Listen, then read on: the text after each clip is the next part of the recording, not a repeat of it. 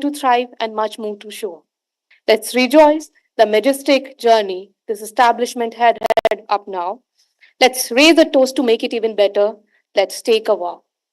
A warm good morning to all of you present here. I, Dr. Anshul Malik, on the behalf of Amity School of Business, welcomes you all to the third International Conference of Entrepreneurship and Sustainable Business Development.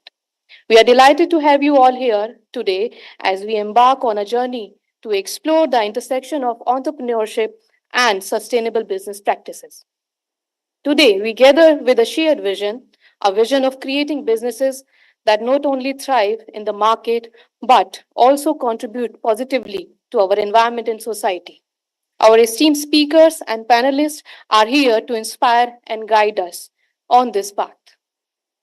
The theme of this conference reflects the essence of our collective aspirations, sustainability through innovation, entrepreneurial leadership, and technology transformation.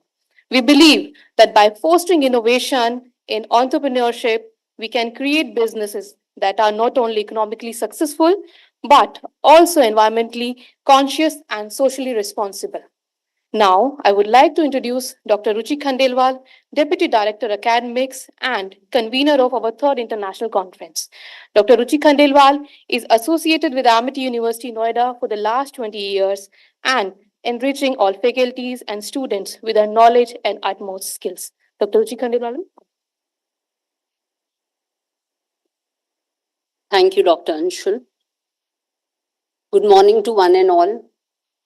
My esteemed speakers on the dais, our head of institution, Dr. Sujata Khandai, my dear colleagues, and my very lovely students.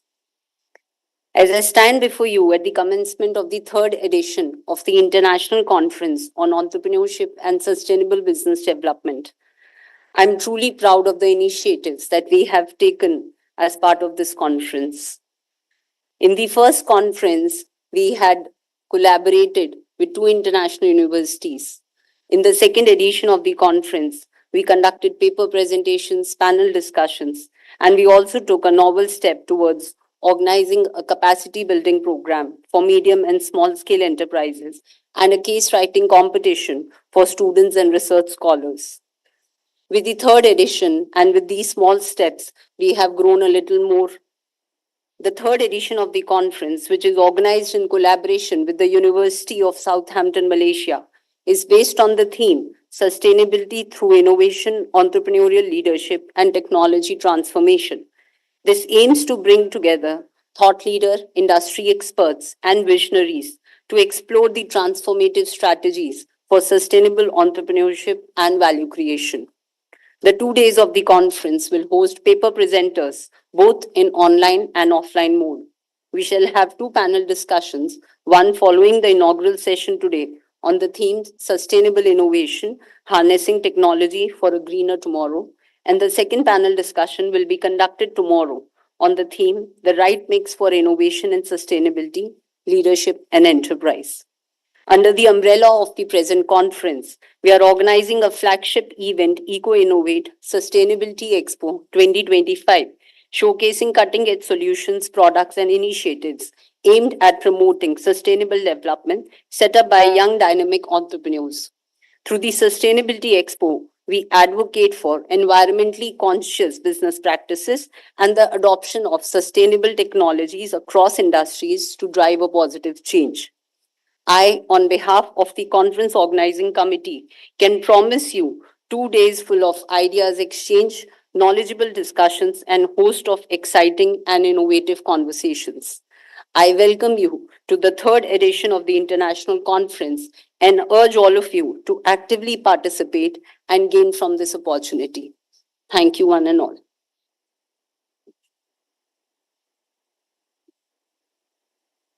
We appreciate you, ma'am, providing the audience with conference details. We hope that this international conference will be a worthwhile experience that will teach us a lot. Saraswati, goddess of knowledge, wisdom, learning, music, and the arts. She is revered as the embodiment of divine knowledge and creativity. Saraswati is often depicted as a graceful and elegant feature Seated on a white lotus symbolizing purity with four arms representing the four aspects of human personality in learning: mind, intellect, alertness, and ego. Let's light the candle to invoke Ma Saraswati's blessing and start our 2 days journey. I would like to request our distinguished dignitaries to start the lamp lighting ceremony.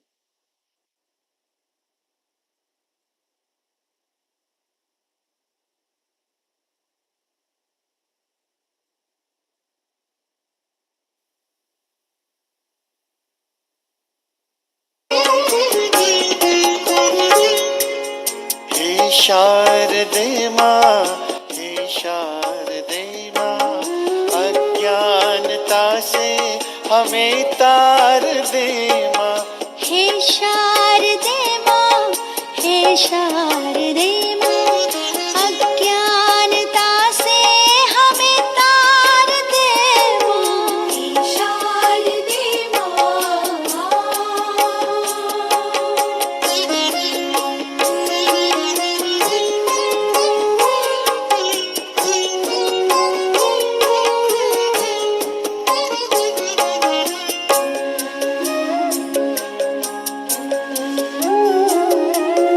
तू स्वर की देवी, ये संगीत तुझसे, हर शब्द तेरा, हर गीत तुझसे।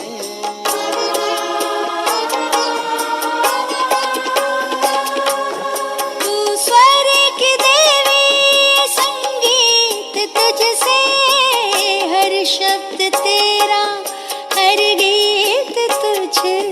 हम हैं अकेले, हम हैं अधूरे, तेरी शरण में हमें प्यार दे माँ। हम हैं अकेले, हम हैं अधूरे, तेरी शरण में हमें प्यार दे माँ। हे शारदे माँ, हे शारदे।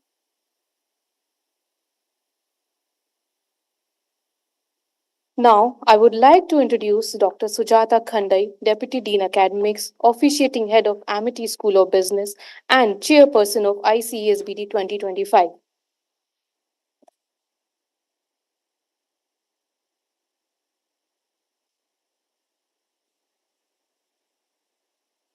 Good morning. Morning, everybody. A little low on energy we are, right?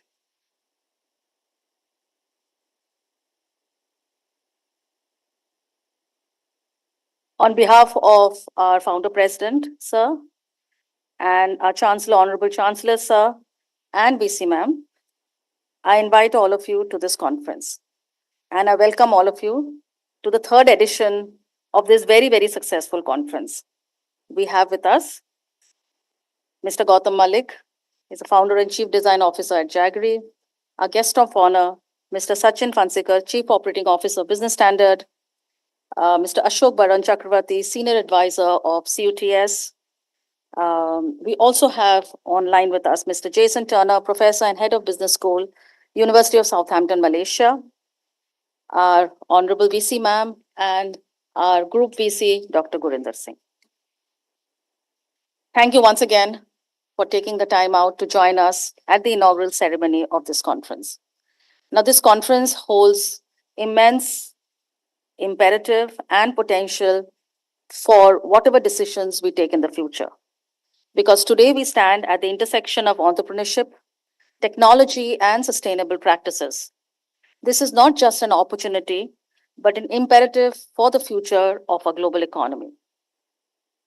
If you have observed, and I think all of us are living in this world, and we are aware that the world is experiencing rapid and profound changes.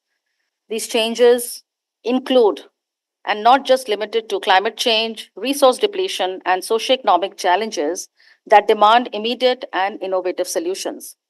At the same time, we are, of course, confronted with deep challenges, but we are also witnessing an era of extraordinary technological advancements.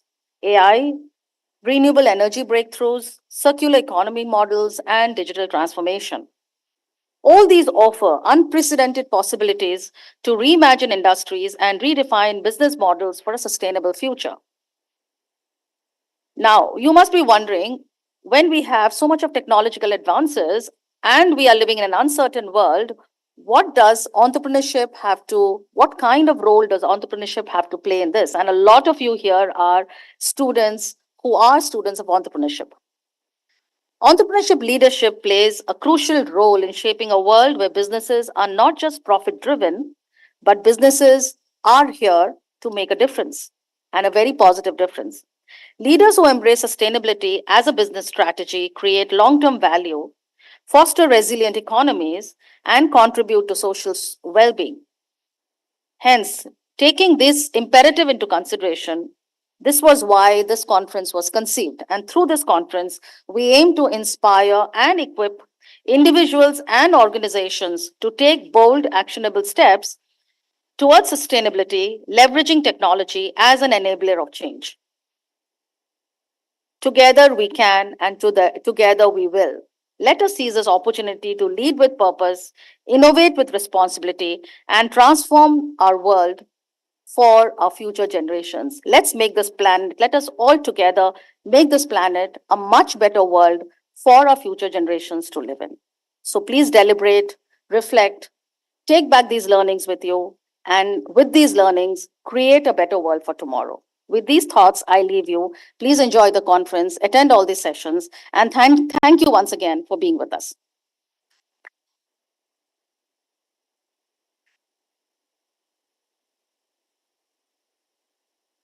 Thank you, ma'am, for enriching us with your valuable thoughts. Now, I would like to request Group VC, Professor Dr. Gurinder Singh Sir and Dr. Sujata Khandai ma'am to welcome our dignitaries with Sapni.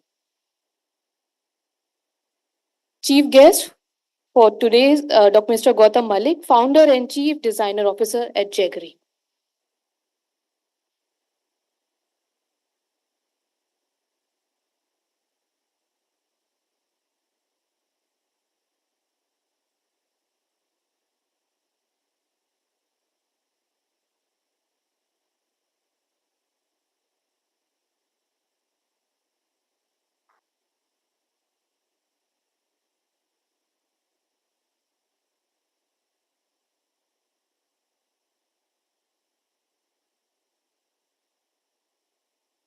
Guest of honor, Mr. Sachin Fansikar, Chief Operating Officer, Business Standard.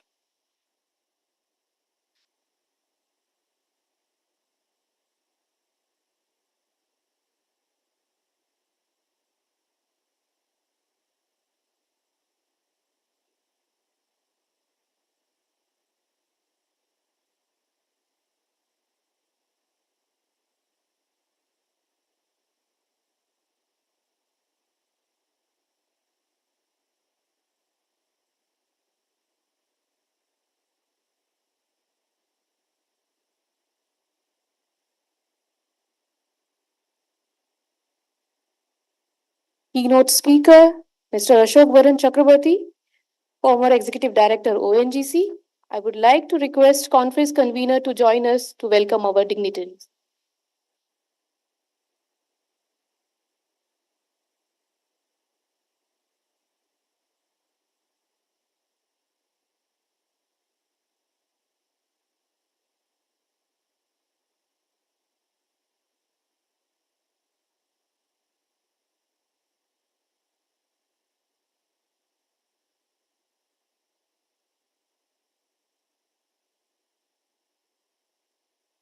Now, I request Dr. Sujata Khandai ma'am and conference conveners to welcome Group VC Professor Dr. Gurvinder Singh sir.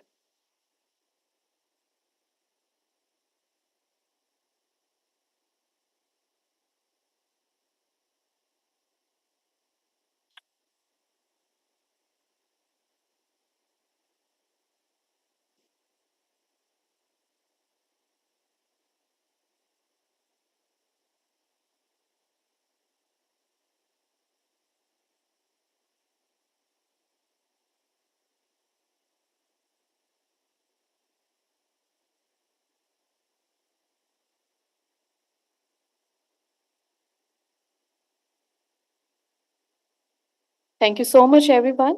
Now,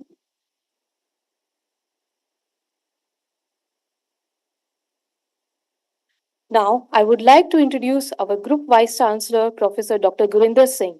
Professor Dr. Gurinder Singh, Group Vice Chancellor, Amity University, Director General, Amity Group of Institutions, and Vice Chairman, Global Foundation for Learning Excellence, has an extensive experience of more than 25 years in institutional building, consultancy, teaching, and research.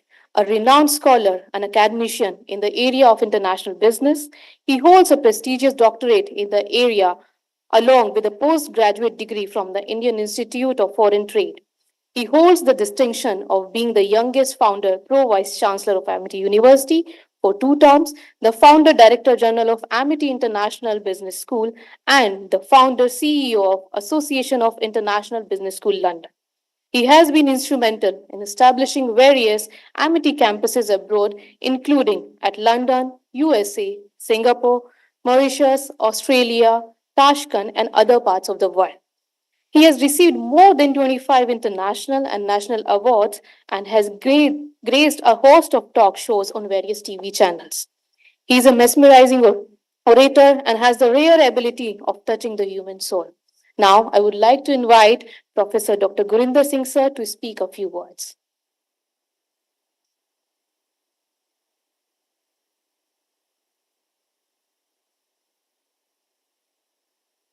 It's amazing morning, amazing day. First of all, our congratulations to MIT School of Business for organizing such a wonderful conference. On behalf of our founder, Dr. Chauhan, who's watching you live, our Chancellor, Dr. Atul Chauhan, on my own behalf as a Group Vice Chancellor, uh, we welcome all of you. Dr. Sujata, you are an amazing leader. We have seen in the past many years, I think that you are with us now from last more than a decade. So from the last 1 decade, Dr. Sujata, you have been working, Dr. Ruchi, you have been working with us for the last 25 years, almost 25 years. I remember you coming as a very young girl from Delhi University and then joining. So give a huge applause to all of them. I think that wonderful work they have done. But more importantly, I can see some stalwarts from the industry and from academia who are here. They say that there are two kind of people. One are known as balcony people, other is known as basement people. Two kind of personalities have been described by Smith and Thomas, two Harvard business professors who teach organization behavior at Harvard. In their book, they write that these two people, two kind of people, they actually constitute the word. Basement people will always try to bring you down. They will always raise a question mark. For example, today you will find that stock markets are down. So from the last 4 5 days, you will continuously find that the stock markets are down. Before coming and sitting here, I was just checking. Someone sent me a message. So you will find some of the top scripts. For example, Reliance is today down by 2.6%, all-time low. It's at 1207. I think that, which is a very low figure. Reliance Geo is all-time low. It is at 223. It has just touched. I was just looking at the figures sitting here. LIC housing low. Infosys coming low. Stock markets are crashing, right? So, but 3 months back, we saw valuations very high. So, what has happened in 3 months? Is it that in 3 months industry has changed? So basement people will always try to bring you down. They are bears. And then there are balcony people who will always encourage you, who will also encourage you to take risk in life, who will always encourage you to give you the rosy picture of life. And the word and the institution and universities which culture and which nurture entrepreneurs and the balcony people are the ones who write the history in the times to come. Give a huge applause to the balcony people who are sitting at the stage. Give a huge applause to all of them. I was sitting and was talking to Mr. Gautam Malik, a charismatic leader who is not only leading the chief design officer and founder at Jaggery, but is one of the known figures. Thank you so much for coming. And I was informed by Dr. Sujata that you have been informed coming to the campus, mentor to the students, picking the students for internships and placements. From the bottom of heart, we are thankful to you. Also, our very good friend who is joining us from the business standard, Mr. Sachin. I was telling him that our students, they are graduating by reading business standards. And I think that most of them, they read it. and we will discuss with you that how we can further strengthen our relationship for all times to come. Also on the stage, I can see Mr. Ashok Chakravarti, who is a senior advisor, but I know you from your ONGC days, where you were so ably leading ONGC. Thank you so very much for coming. Also, the contribution of Dr. Ruchita Jaiswal, Dr. Nidhi Gupta, Dr. Deepa, and all faculty members, very senior deans who are sitting here. Very warm welcome to all of you who are here. I can see a few from many other institutions. So very warm welcome to our participants, researchers who are coming from across the globe to participate in this conference. I was asked to speak on entrepreneurship, that what is entrepreneurship? So I will give you a story of our founder, Dr. Chauhan, those who don't know and those who are from outsiders. It was a dream of our founder who is not only an entrepreneur and an educationist, but how big groups are created. After spending more than 3 decades in Europe, he came back to India with one vision, with one aim, that we need to contribute into the area of education, which can transform the life of the youngsters. So ASB students who are sitting here, they know that at MIT today, we are not only the largest education group of India with 250,000 students, 13 universities in India, 16 campuses abroad. But today, when I'm speaking from here, I am giving some announcements which we are going to follow in the weeks to come. And in every conference, it is always outcome based. That is what Dr. Chauhan focuses on.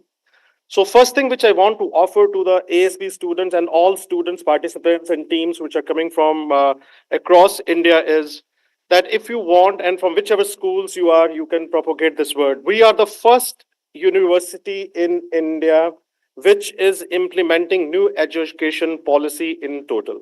There is no other university which has been able to complement the vision of our Honorable Prime Minister Narendra Modi ji. But what we are trying to do is that we want that the students who are at the back, who are here, we should be relevant to them. Because at the end of the day, an entrepreneur, as an educationist, as an innovator, we want to see that how we can bring the utility or make a difference in the life of these young boys and girls. So first thing which we have done at MIT is launching of dual degree programs. And not only with one university, with 2 universities, we are offering this program with the tens of the universities. And I know that we have got the University of Southampton from Malaysia, Mr. Jason Turner, who's a professor and the head of the business school, sitting there. Professor Turner, I met Professor Smith, who's your president and vice chancellor of University of Southampton, UK. But what I can tell you is that amazingly, that you are an exceptional leader. And Southampton is coming to India. They are opening their campus now in India. So good luck to you. But what MIT is trying to do, and we are strategic partners, we do a lot of work together, we do research together, we are offering programs together. But under the new education policy, we are the first institution which is not only offering dual degrees, but all students who are a part of MIT, while you are doing your graduation at ASB, you can start your post-graduation. And we are the first institution, first university in the country to do that, which means that in the final year of your program at ASB, you are the first institution of the country which can start your MBA. And you can go to USA. So you can do first year in India at almost nil cost. And then you can do your second year in one of the top universities in US or in UK or in Australia. You may be knowing that along with Southampton, we have got a strategic relationship with many universities, with NYU, with Illinois, with Monash, with University of Melbourne, with Queen Mary University of London, of course with Southampton, but also with the at least 24 of universities, Dr. Sujata, with whom we can offer the dual degree programs. So all of you who are sitting here, you can take a benefit. It will save your 1 year, which we are doing. And I think that we are the only university which is able to do that in India. And at the same time, the cost of the program is coming down. And you get similar benefit, which any student who is studying in US or is studying in Australia or who is studying in UK or other parts of the world will be getting. So this is the first thing which we are offering you today. Second thing, I think that which at MIT University we offer to all the student is internship abroad program. This is a program which we have started from this year, an apprenticeship abroad program. Under the new education policy, the government of India wants that the students, they should not be only sitting in the class, but they should be organizing events like this. 85% of your learning is not in the class, it is outside the class. So we want our students to travel. We want our students to be experimenting. We want our students to be doing and concentrating on entrepreneurship. And that is the reason that Dr. Chauhan has created this program for all of you, where you can do your internships abroad. So anyone who's interested, going to Germany, going to France, going to America, going to Australia, working with some of the leading brands, you can come to us and we will be able to do that. And this is being integrated, Dr. Sujata, with the study abroad program which we offer. For example, number of students that come to us that we want to go to Germany to explore that what opportunities we have there. We, while you are studying at MIT, we are coaching you to get up to C certificate. But if you get B certificate, up to B certificate, you can do your masters without incurring any cost.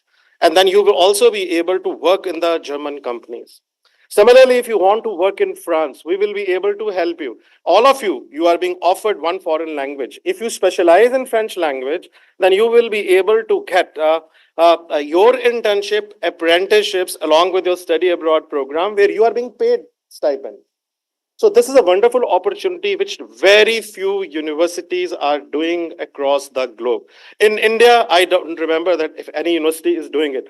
Abroad, in America, they do it. Most of the top universities, including Ivy Leagues, Industrial Group of Universities, and Group 8 universities in Australia, they offer this facility to their students. That they can do a semester in any university where the credits are transferred. And we become the first university which is doing it.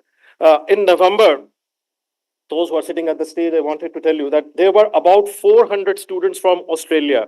First time in the history of India, which Dr. Chauhan invited, and they were the part of MIT family. Similarly, we want to send our 400 students on our exchange program to Australia. Similarly, we do a program with UKRI and with Turing. 19th to 21st of February, the world's largest international research conference is happening in India. 2027, all the top universities, Association of Commonwealth Universities, first time will be holding their international conference where the vice chancellors from across the globe will be coming. Do you know where it is happening? At MIT University. For the first time, it's happening. So what we are trying to do is that if we can offer the platform to the students which can transform them, not only that they are just sitting in the class and taking up the notes, but through these conferences, if they can contribute most meaningfully towards case studies, most meaningfully towards the new ventures. We have got a world-class incubator, and through that incubator, we want to inculcate the skill of entrepreneurship in these students. Very happy that you have been able to organize, and thank you very much, industry leaders, for coming here and then being a part of our family. And great to see some of the top academic researchers and also participants who are presenting their papers and will be a part of this conference. But dear students, you are the closest to our heart. We want MIT to grow by growing your careers. So please look at the wonderful opportunities we are offering you. I have been given to understand, Prateek was telling me, that study abroad program is happening from 28th April to 30th May. ASB students have been contributing and have been going. Those who want to still be part of it, quickly register yourself. And once you are in US or you are in UK or you are in Singapore, Dubai, Australia, we will be able to take you to the various universities. If you want to do your masters, we will be able to help you up. Other program which we are doing from this year, Dr. Sujata, is a 3-continent program which we want to offer through ASB. Earlier, it was a 6 months program. Now it's a 1-year program. So along with the 2 years, 1 year you can spend now in the UK, USA, Canada, and 2 more editions, Singapore, Australia, and Dubai. So 1-year program across so many countries, which will give you an edge over the other students. But it was such a pleasure speaking to all of you. If you want to take more information, you can always come and approach International Affairs Division or go to Dr. Sujata or to Dr. Ruchika or to Dr. Khandelwal. We will be more than happy to assist you. But at the end of the day, the foundation wants, your founder wants, your chancellor wants, your director wants, your deans want that we should be able to make a difference into your life.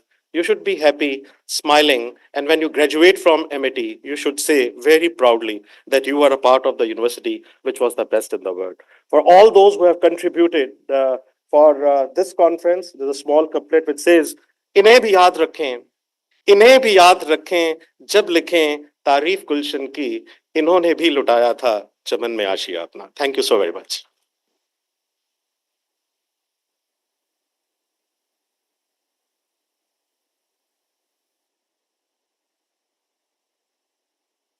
Thank you so much, sir, for your enriching words.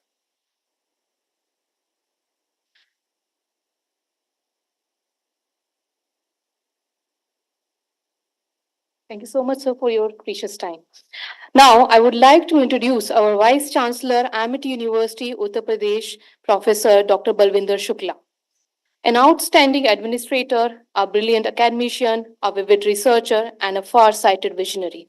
Professor Dr. Balvinder Shukla is popularly known for her multifaceted insights, humility, and leadership skills. She is MTech from IIT Kharagpur and PhD from Queen's University, UK. She has been one of the key strategists instrumental in exponential growth of Amity higher education and is one of the front runners in achieving various rankings such as the and QS University rankings and also the accreditations of Amity University. Dr. Shukla has conducted several executive programs and consulting assignments for the industry, mentored many budding entrepreneurs, women entrepreneurs, and family business owners in various clusters and sectors. An extremely down to earth person, she is blessed with a magnetic and enduring personality, which is greatly admired and revered by her peers, networks, and students. Her keen areas of interest lie in promoting entrepreneurship, research, internationalization, CSR, industry, academia, collaboration, and many more. Her contributions are widely acclaimed and recognized with numerous prestigious awards and honors, such as Institutional Award for Excellence in Gender Diversity and Inclusion Practice 2017, Outstanding Contribution to Education Award 2017, Women Enabler Award 2018, Phenomenal She Award 2019, Excellence in Entrepreneurship Development Award 2021, Academic Leadership Award 2021, Excellent Contribution to Education Sector Award 2022, Vice Chancellor of the Year Award 2022, and so on. Now I extend an invitation to Professor Dr. Balvinder Shukla to join us and deliver inaugural speech to our audiences. She is joining us online for the session.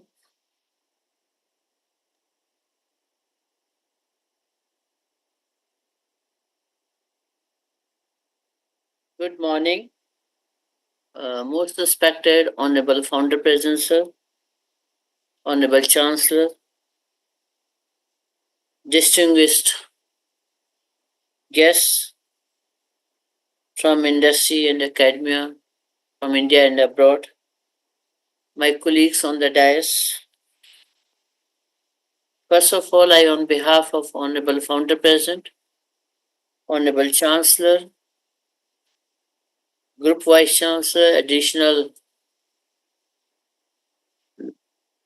Pro Vice Chancellor, Dr. Khandai, all the faculty members, and on my personal behalf, extend very warm welcome to all the distinguished guests, participants for the third International Conference on Entrepreneurship and Sustainable Business Development.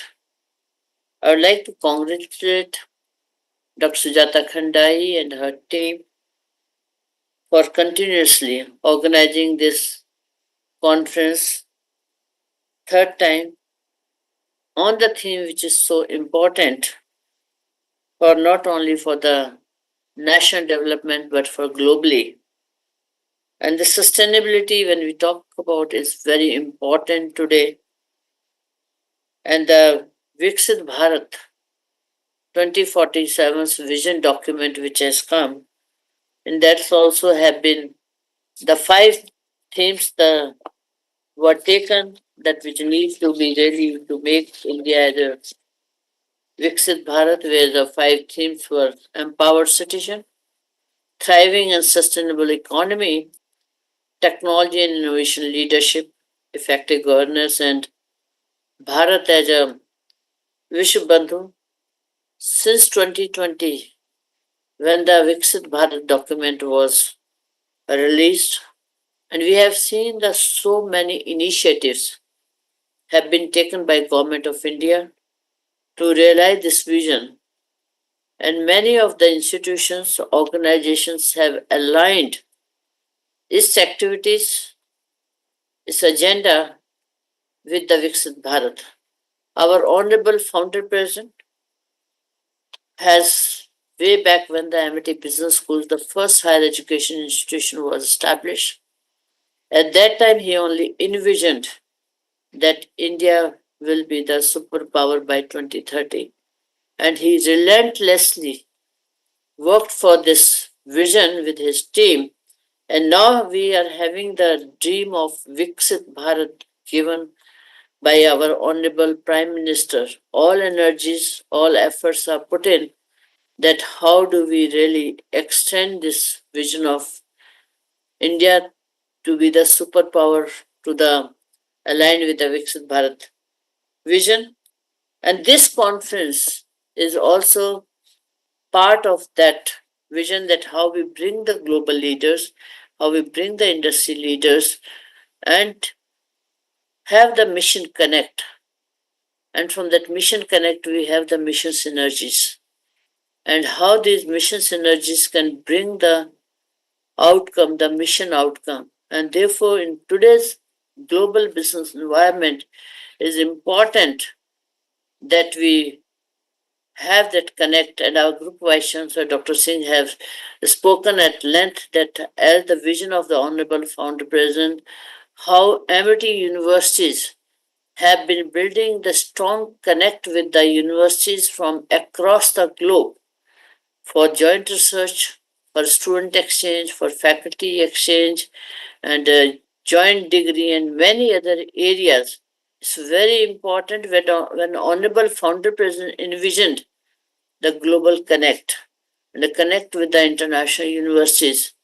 It was not there at all in much in India, but it was the Honorable Founder President's vision, which Dr. Singh has worked very hard and had traveled across the globe and brought with the mission that take amity to the world and bring word to the amity. With that mission, amity universities are working, and I can see that almost for 25 years we have been doing the one very important conference which will be held this month only, the in Bush era. But this conference, where we can see the large number of international speakers are there, who, and as well as the industry, because I could see the program schedule is very balanced schedule which Dr. Datta Khandai has made, and I'm sure this schedule will help the students to participate in all the session and learn that what exactly is happening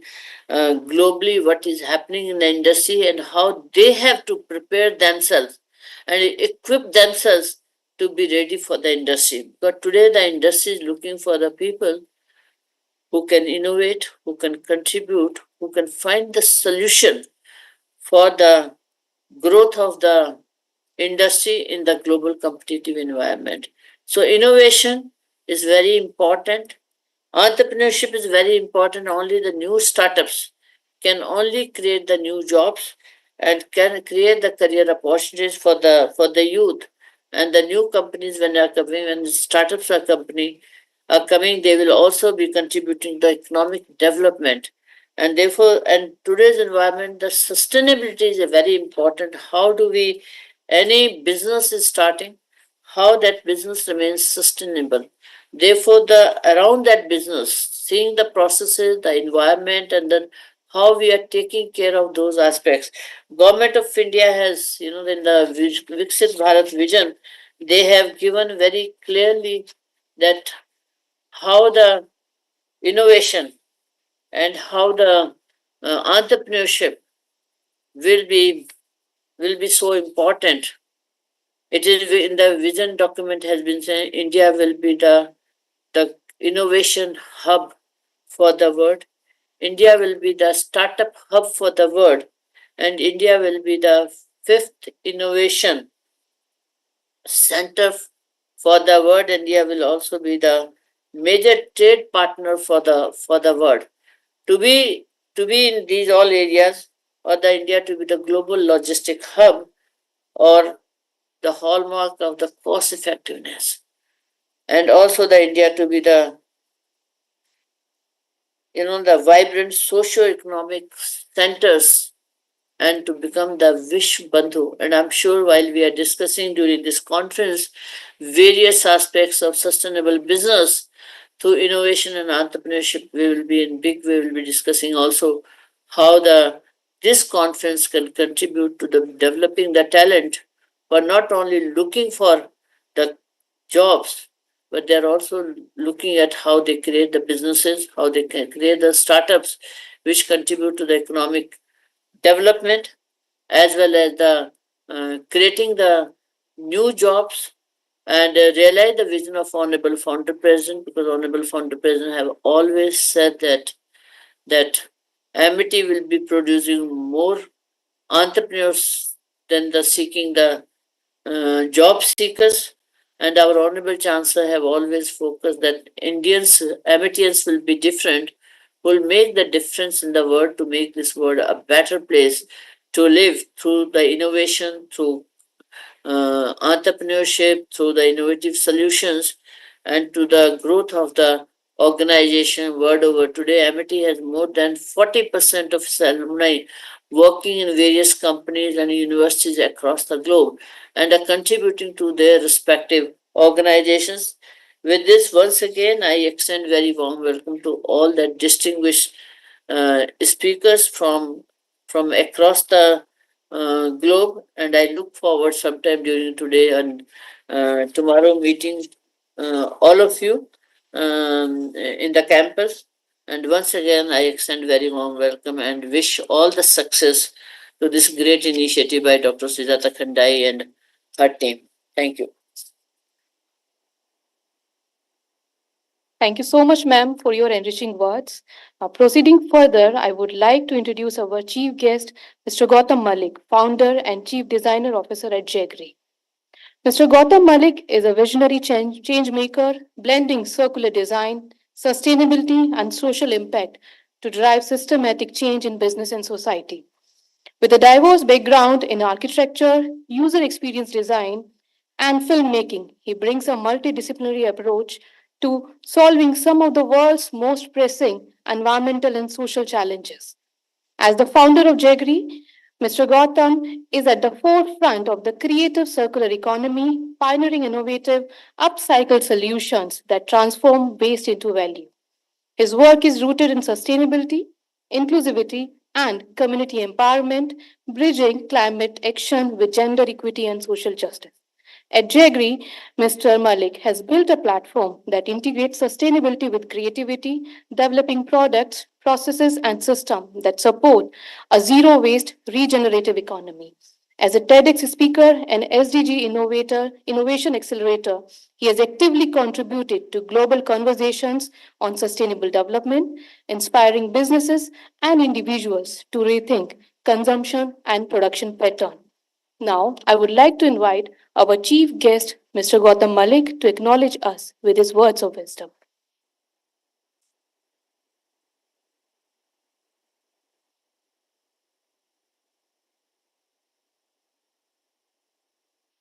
Good morning, everyone. No response? Thank you, Dr. Gurinder, Dr. Ruchi, Dr. Sujata, Miss Nidhi, for such a warm welcome. As the son of professor parents who dedicated their lives to teaching and inspiring the generations of our country, especially in the areas of quantum physics and superconductivity, it gives me great pleasure to be here, with you all today to celebrate the spirit of sustainability, innovation, and entrepreneurism with the Amity School of Business.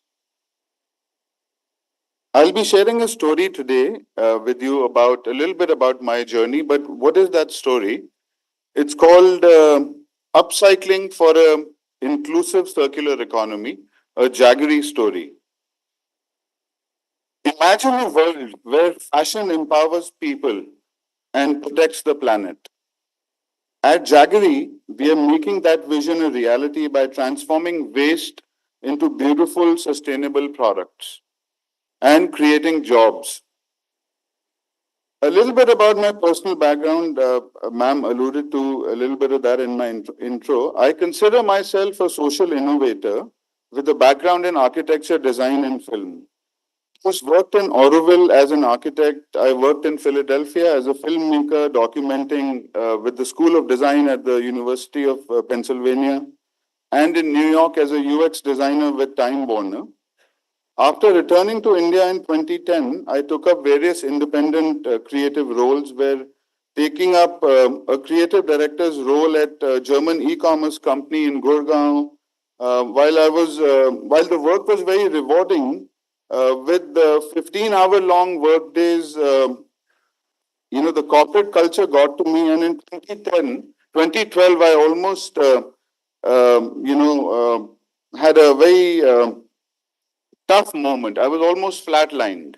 And I decided that I'm not cut out for a corporate profile. So, what is it that I want to dedicate my life to? I decided and I thought very deeply and, discovered the area of sustainability, which wasn't necessarily a buzzword in circa 2012 when the Paris Agreement, as you all know, wasn't even formed, right, in 2012.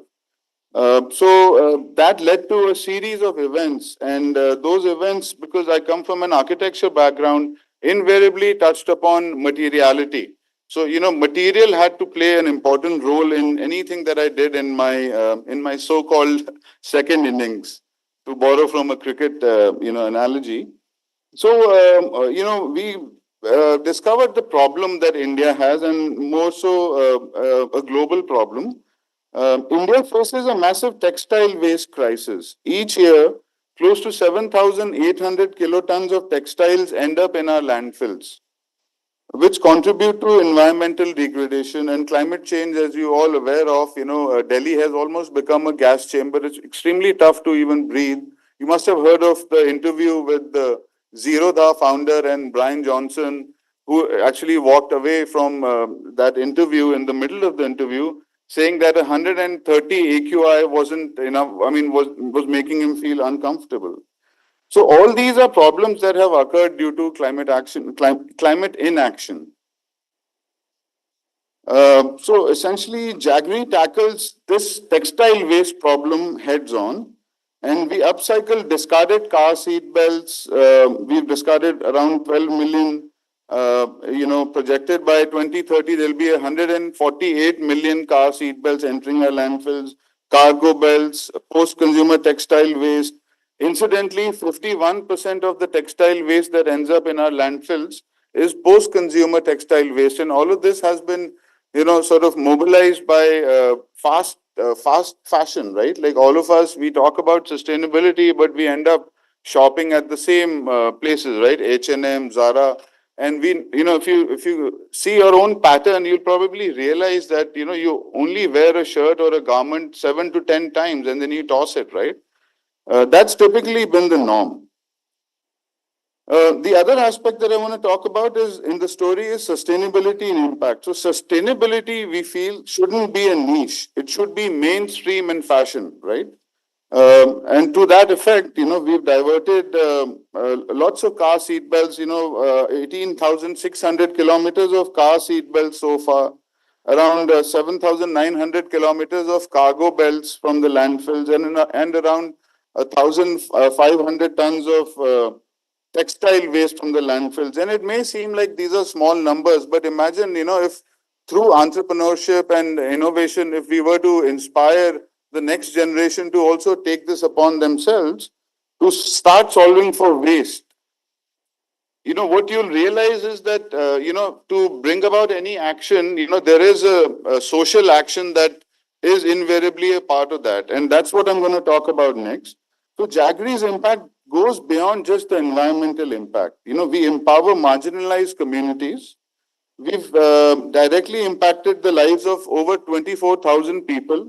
And a lot of these have been people from the bottom of the pyramid, tier, where, they're essentially like wives of migrant labor whose husbands take up, daily wage jobs and their wives are sitting at home. So how do you mobilize that? And, this realization dawned on us when we thought about the edge that India has. Our edge over the world is our social capital. And as business leaders and of tomorrow, you need to be cognizant of that, right? You need to realize that to solve for large business problems, if you also consider the social dynamics, then, you are making a much stronger value proposition. In terms of, and you'd think that, okay, it's a sustainable organization, but is the organization in itself sustainable? So to that, what I'd like to say is that we work largely in the B2B space, working closely with sustainability managers across the globe with a lot of the Fortune 100 companies that include Google, Facebook, YouTube, Adobe, LinkedIn, and a lot of these organizations already have sustainability officers, which you may have heard of, CSOs, Chief Sustainability Officers, who have a mandate, laid upon them by their leaders that, they need to solve for through various programs. It could be a CSR program or a, special program that they fund, that they need to mobilize change, climate action and social equity through their work. We've been able to fulfill the requirements of the conscious gifting market, and till date, we've managed to create around, 2.5 lakh sustainable products that have, gratified various people across the globe, and these products, have been made through a patent pending process called design out of waste, which essentially works on circular economy principles of waste diversion and creative reuse of material. Another vertical that I want to talk about is collaboration and innovation. SDGs. How many of you are familiar with the SDGs? UN Sustainable Development Goals, which is what I was alluding to when I said the Paris Agreement. So during the Paris Agreement, the 17 goals were set by United Nations. And of that, the last goal is goal 17, which talks about collaboration and partnerships. And we've taken that very seriously at Jaggery. So we call ourselves radical collaborators, right? So we, even if, let's say there's a small organization that has the willingness to, share some materials or some insights about some creative process, we just jump in with them, roll up our sleeves without even thinking about the MOU to begin with, right? So there's, and various models will exist in the future that will forego traditional linear models, because that's what circular economy is all about, breaking out of the linearity, right?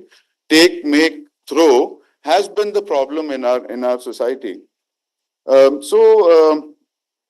thrive on collaboration. We have partnered with organizations like NVU, Sahas Zero Waste, Acco Drive, Volvo, and a lot of other organizations through which we've been able to spearhead and formalize upcycling in India and establish resource efficiency centers, So with the Textiles Ministry, we were just at an event till the 9th of Feb, where they were celebrating upcycling in India, and it was a first of its kind event held at Delhi Heart, where the whole idea was that they'll handpick 40 upcyclers from across the country and get them all to get certified. So I'm happy to share that Jaggery was in the list of the first 10 organizations that was certified as a circular product manufacturer by the Textiles Ministry under the aegis of the Textile Ministry through the Textile Committee and DC Handlooms.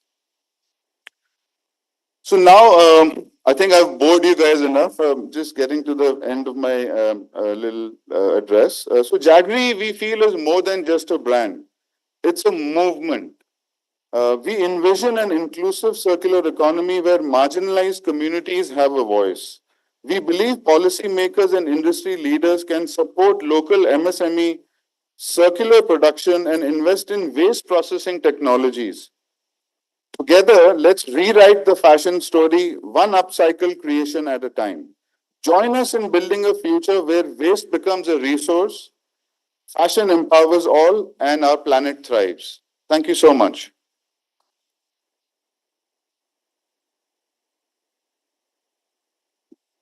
Thank you so much, sir, for sharing your enriching thoughts and ideas with us.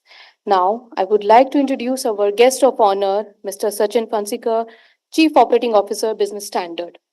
Mr. Phansikar is currently working as Chief Operating Officer with the leading business Delhi Business Standard. An electrical engineer by profession, Mr. Phansikar has done management from prestigious IIM Lucknow, specializing in marketing and strategy. He has worked in multinationals like Siemens in India and Schneider in Oman. His core competence has been managing large teams across geographies, decision making based on data analysis, and convincing and implementing new products and projects. Mr. Fansikar has been quite active in management schools as a speaker and loves to interact with young minds and guide them to shape their future. Now, I would like to invite Mr. Sachin Fansikar to say a few words.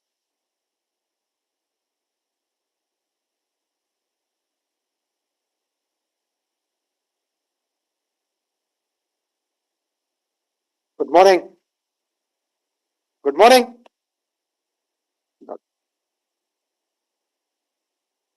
So, thank you for inviting me here, Dr. Gurinder, Dr. Sujata, Dr. Ruchi, Mr. Malik. In fact, today I found one interesting thing when we are sitting on the desk. There are actually two people or two sort of industry which is sitting next to each other. Mr. Malik, who picks up textiles from the landfills and create something out of it which is sustainable. And here I represent the most polluting industry of the world, which is paper. So unfortunately, for my sustenance, I have to cut trees. Unfortunately, for my sustenance, paper production is probably one of the most polluting industry of the world, but such is life. So thank you very much for inviting students. Uh, Very interesting seminars which are planned for next couple of days, entrepreneurship and sustainable business development. So I remember when I passed out way back in 2000, there was no concept of sustainability. There was at such no concept of any environmental there was no awareness. So it was only confined that in those days, it was only confined to creating value for shareholders. So what we were taught in our management, and that's why you see I specialized in strategy and marketing and nothing about sustainability or nothing about social responsibility, because we were taught that the organizations are only for creating value for shareholders. Slowly, came the second parameter, which is creating value for the stakeholders, which is probably your workers or the employees of your organization. So, as Mr. Malik rightly pointed out, till 2012, there was no concept of any Paris Accord. There was no concept of any sustainability. Um, I, I, I want to share one important thing is I'm a high altitude trekker myself. So I keep visiting Himalayas regularly. And in last 10 years, I have seen the erosion of probably the second largest glacier of India, which is the Gomukh Glacier, from where the Ganga originates. So I used to trek down to these mystique places, Tapavans and Nandan was quite a lot. And I have seen this erosion in front of my eyes in last 10 years, thanks to the global warming. So it has now become extremely important for the next generation. That's the generation sitting right in front of me. Unfortunately, guys, we screwed up the planet. But it's your time probably to repair it. So this is one very important aspect of your jobs, which is opening a quite a large kind of opportunity for your own career point of view and for the world is sustainability.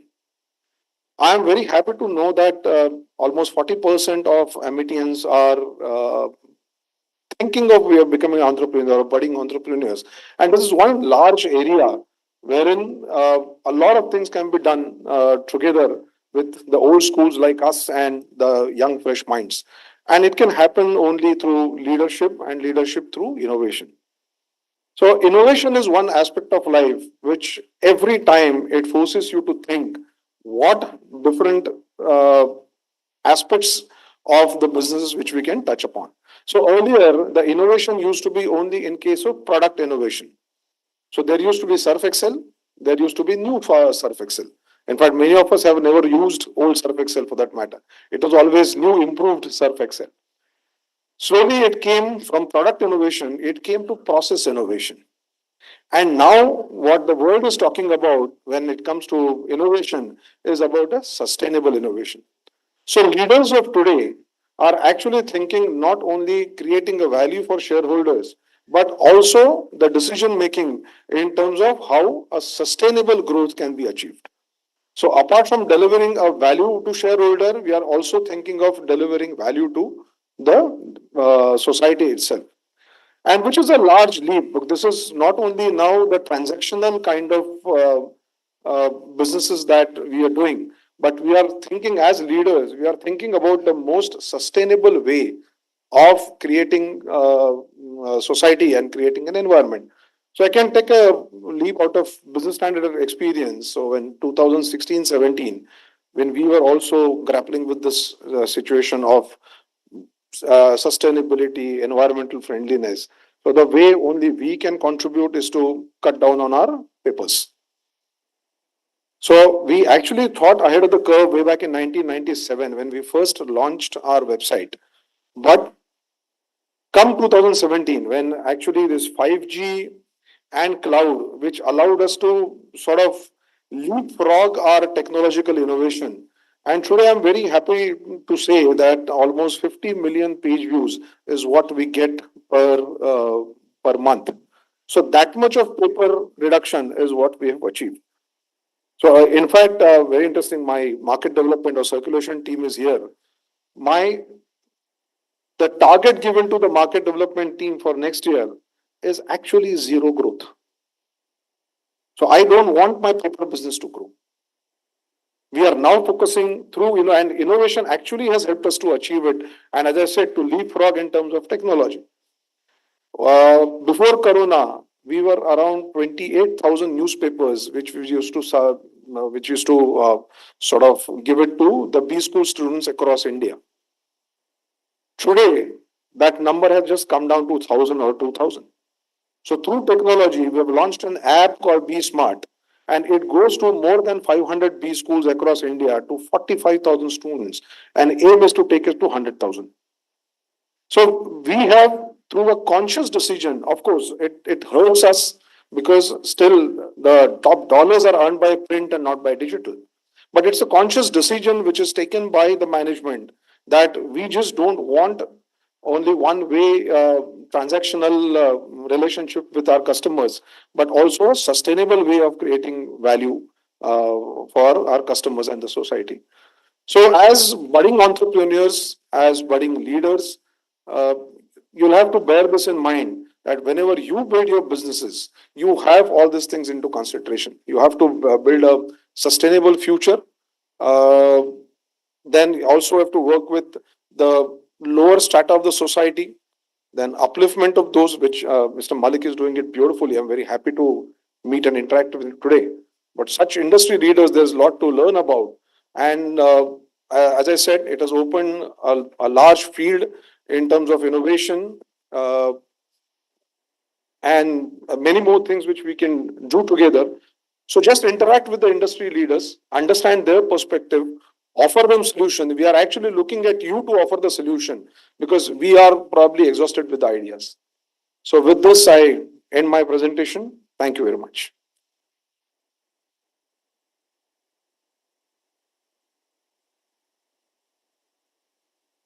Thank you so much, sir, for sharing your thoughts and ideas with us.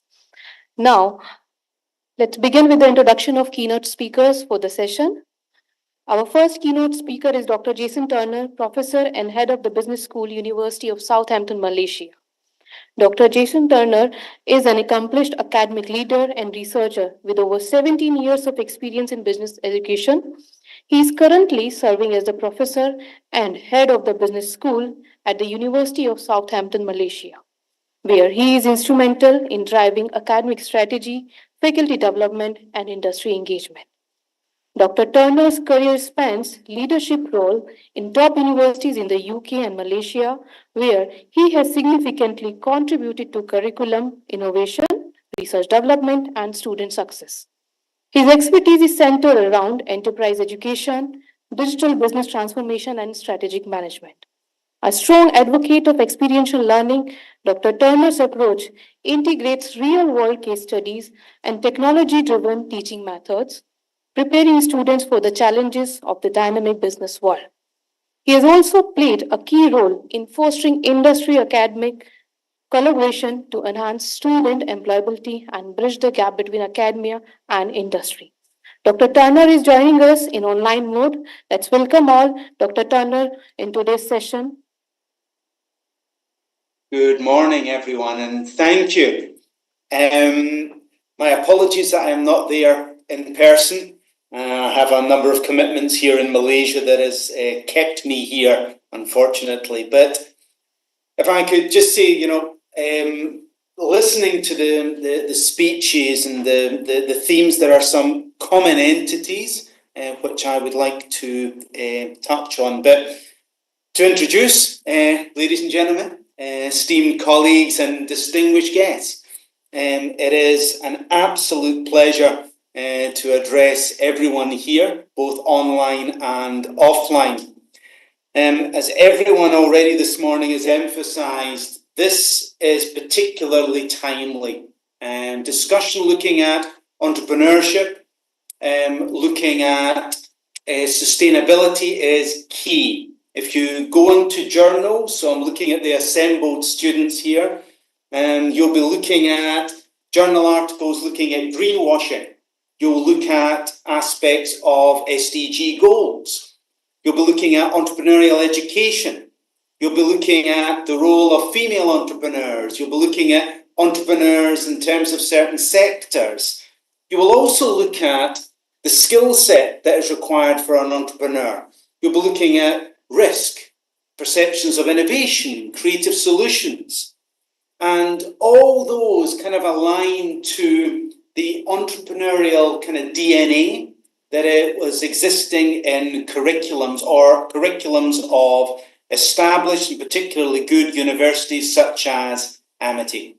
So it's a real, when I was invited to join this conference and for the University of Southampton Malaysia campus to be involved, it was, really it was a sense of joy that I got involved because I can see what the institution is doing.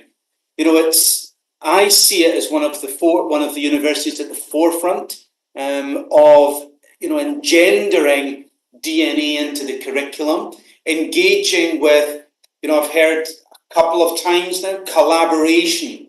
Those identified stakeholders, particularly in terms of industry and getting students that real life experience to develop those entrepreneurial skills so they can certainly become more aware and more motivated to engage in entrepreneurial activity. So conferences such as this and the themes that are being discussed are absolutely essential.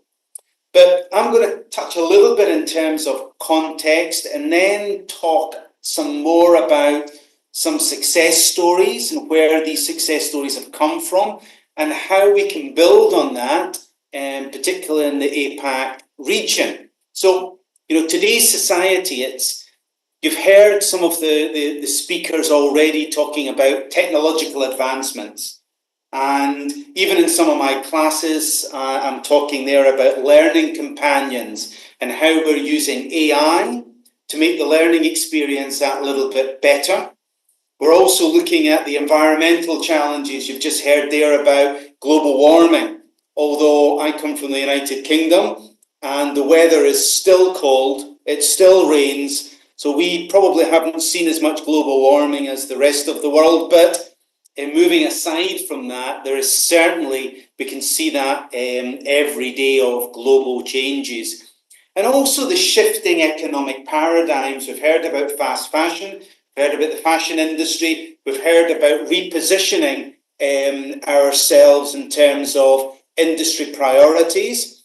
And I think the role of entrepreneurship has become essentially pivotal in what not only APAC countries, but globally, what we are having to do moving forward. And the importance of educational providers is absolutely key, not only to forge that entrepreneurial spirit, but also to align entrepreneurship with sustainable development and see that as one of the main drivers for sustainability. So if we were to focus here on the APAC region, and a lot of my research focuses on China, it focuses on Malaysia, Indonesia, Thailand, Philippines, and it starts to incorporate in terms of India as well. And you're looking there at circa about 4 billion people, a diverse range of cultures, economies and resources. So when I was working in the UK or parts of Europe, we always saw Asia and APAC as the kind of the cauldron for work to develop. So they were seen as a crucible where initiatives would develop. So I think everyone in this room is in a key position to be a future decision maker moving forward. And in this region, we've seen a remarkable surge in entrepreneurial activity.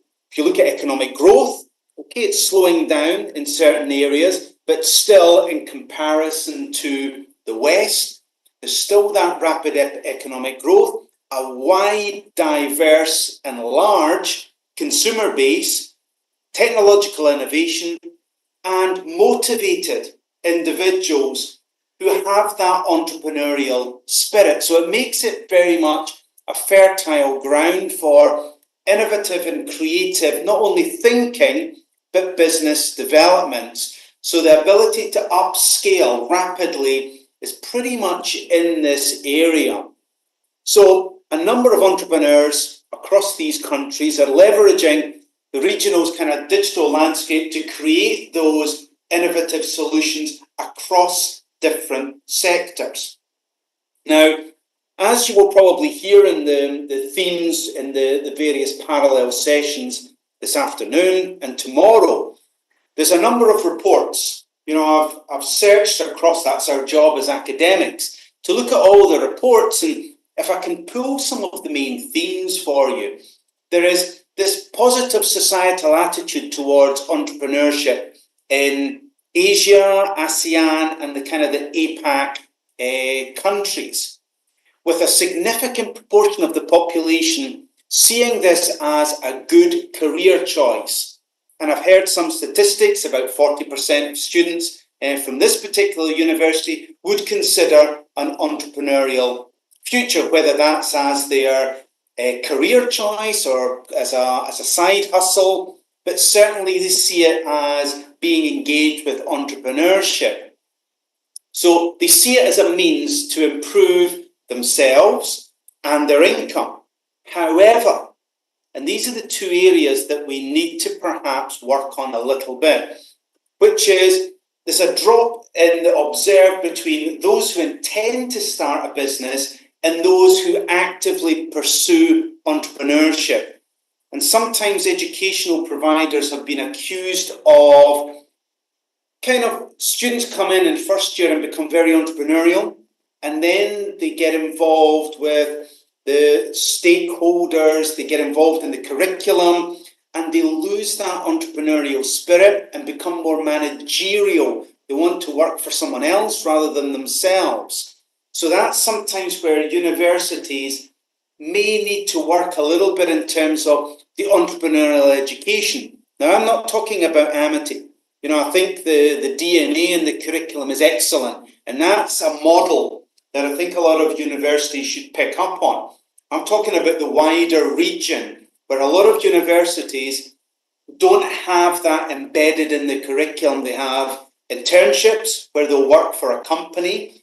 They will have a lot of managerial modules, less so in terms of the entrepreneurial modules or even an entrepreneurial pathway where students can pursue. So they come with that motivation, but they graduate with perhaps less of that motivation to become entrepreneurial, more risk averse.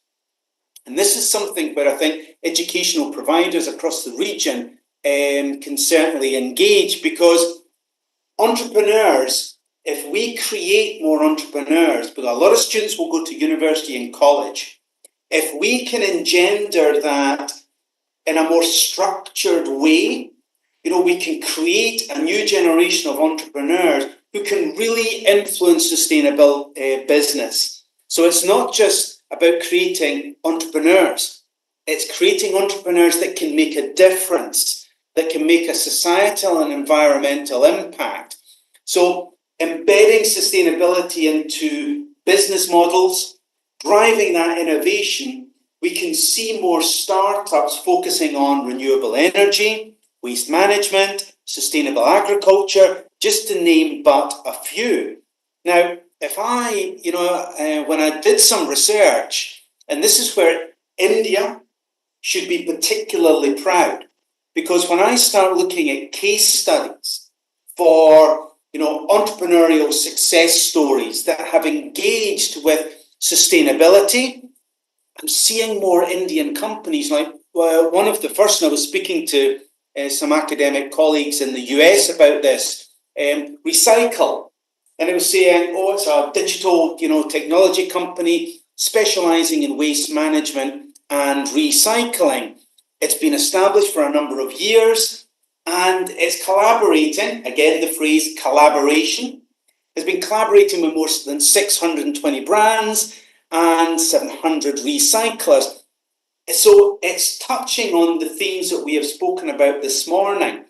It can't do it alone, but it's a startup, that an entrepreneur that has seen the connection between sustainability and making a difference. The same C6 Energy, also coming out of India, that's looked at the cultivating, processing of seaweed, etc. But it's not only narrowed its mindset, it's actually looked at how it can convert and be multidisciplinary, multi-usage. So again, linking into, you've got waste management, I just said, you're talking about environmental impact. So it's similarly to what about technology and how it's harnessed. Carbon Trail, again from India, has looked at AI and looked at the fashion and retail industries, identifying a problem, which is a global problem, and how to use technology to help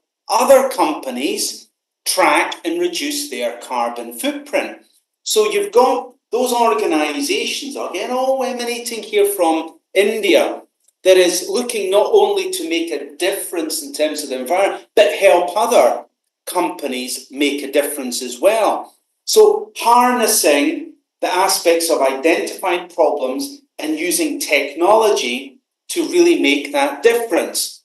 Yes, there are others, companies, mainly in Singapore. Singapore has made a huge difference and has been very vocal about its carbon footprint and how it's utilised technology and how it's made the maximum of resources to be as carbon neutral and environmentally friendly as possible.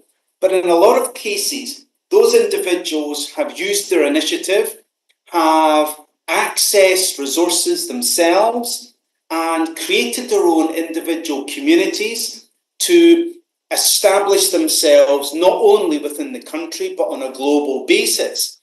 Now, I think to build more supportive ecosystems, the main three areas, so this is before I move on to my conclusion, would be governments. Now, this isn't in India. I think overall, in terms of the society, the government, the collaboration, I think it's very good.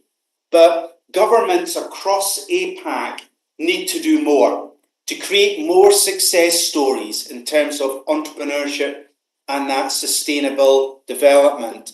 So looking at more tax benefits for green businesses, funding for innovation, there needs to be more of that. Singapore does that, India does that, Malaysia to a certain extent. The more that's done, the more you're going to see some success stories. And also events like today and tomorrow, where you've got the showcasing of entrepreneurial activity, the more that gets publicised outside the country, more people will want to share and collaborate, which is absolutely key. Making access to capital that a little bit more available. And the research I've done, particularly in terms of Malaysia, it's proved very difficult. A lot of bureaucracy, a lot of red tape. So you're accessing business angels, venture capitalists, pitching your ideas, getting some funds, but it's been very difficult to get larger sources of investment because it's being put elsewhere. It's not easily known about, and it's sometimes difficult to get. So in particular countries across APAC, that needs to be addressed. And I think using the Amity model, something that I've just mentioned earlier, education and training. We need to incorporate sustainability into the curriculum. We need to equip people like yourselves, future entrepreneurs with the knowledge and skills to navigate yourselves through the complexities of sustainability and sustainable business.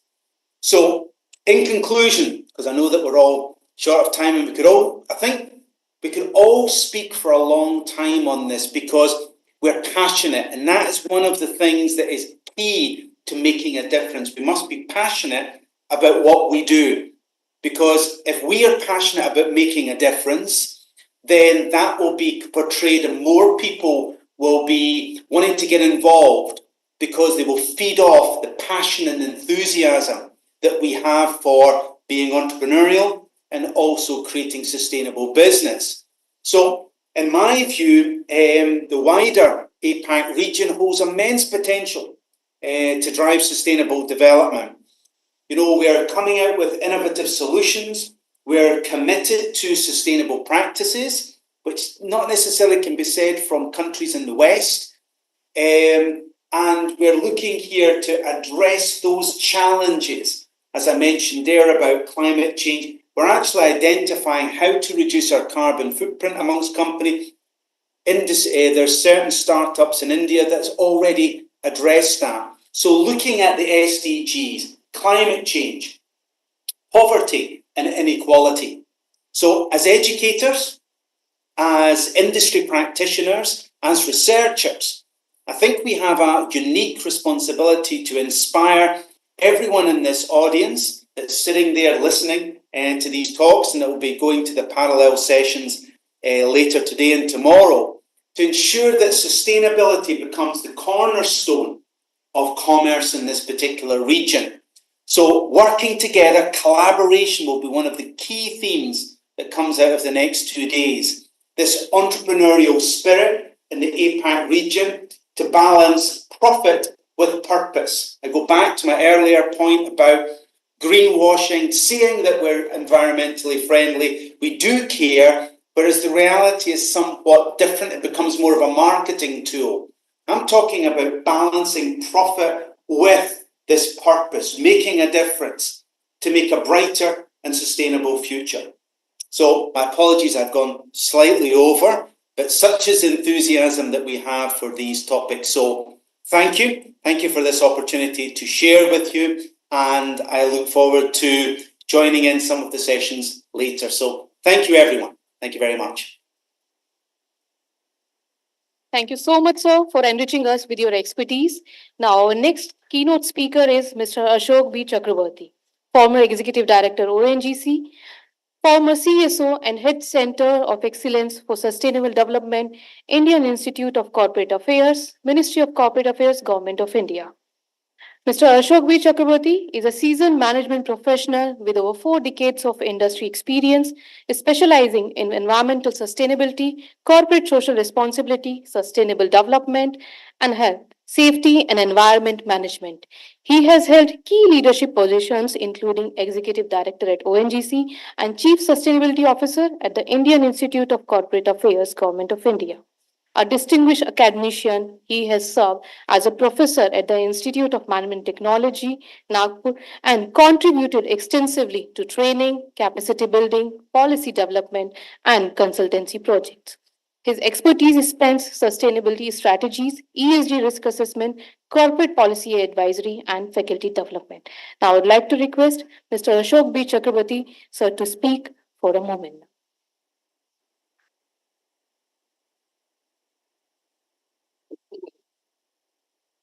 Hello, friends. Hello. Wake up for next 10-15 minutes. Okay.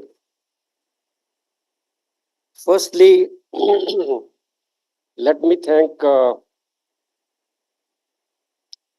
Ruchi and Dr. Deepa, Dr. Nidhi for inviting me here. And also, I am grateful to Dr. Gurinder Singh ji, whom I met, and also heard Dr. Sujata, and also fellow speakers on the dais.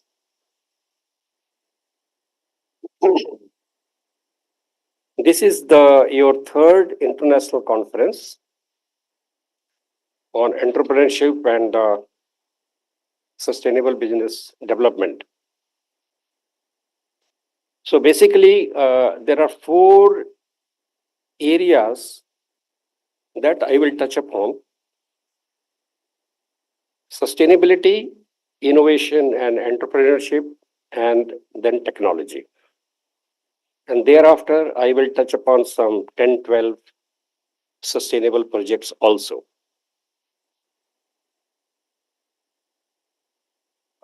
Kindly listen to me, no talking please. Please, kindly attend. You are all the future of this country. You are the educated mass. It is you who will see the Viksit Bharat by 2047, 25 years from now. For you, sustainability and sustainable development should be the main and core focus. What you do, what you think, it should all revolve around sustainability. Let's see the first part. What is sustainability and a sustainable business environment? Friends, the genesis of this is climate change and climate science and the global warming. We will not touch upon this at all because this is a settled issue. And who has caused it? It is all anthropogenic, man-made, human-made.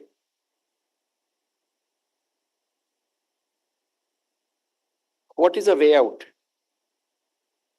The way out is we have no time to lose. We have to think, what do we do here onwards? And there starts the first beginning of sustainability or sustainable business environment, whatsoever you call it. What is the mission, current mission of all organizations, of all countries, everywhere? How to decarbonize. Decarbonization is the main focus. How to move on a low carbon path.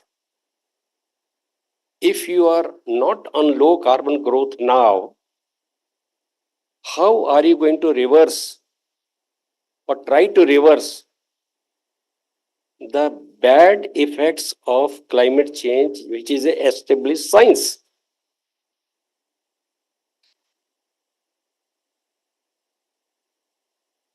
What we are aiming at,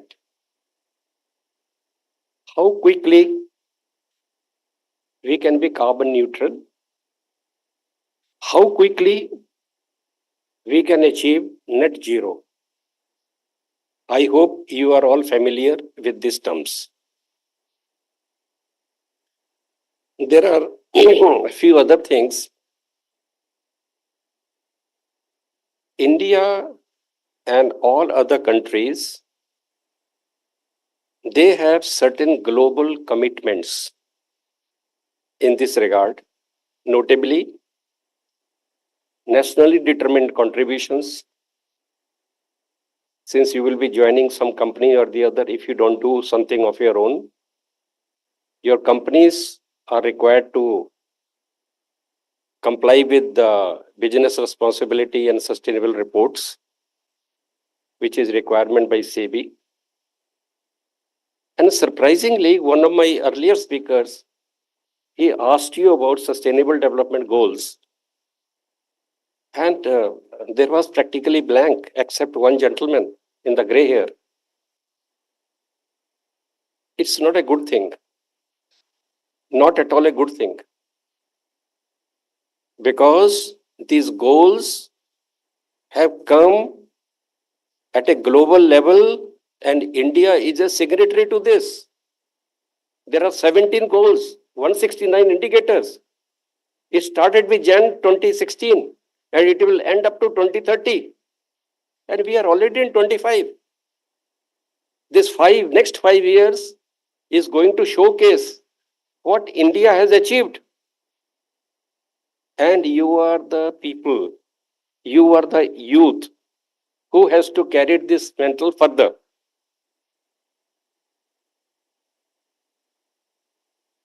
What one is required to do in this journey of sustainability? Whatsoever you do, it has to undergo 3 words, mark my words.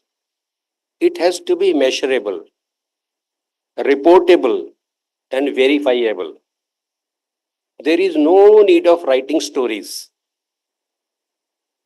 This is the target. Have a number.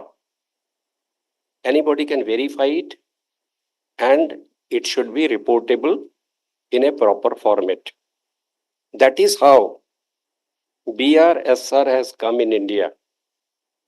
And every organization, now it is at least 1,000 listed companies. Eventually it will cross to 2,500 or 3,000 listed companies. They have no escape but to have full disclosures.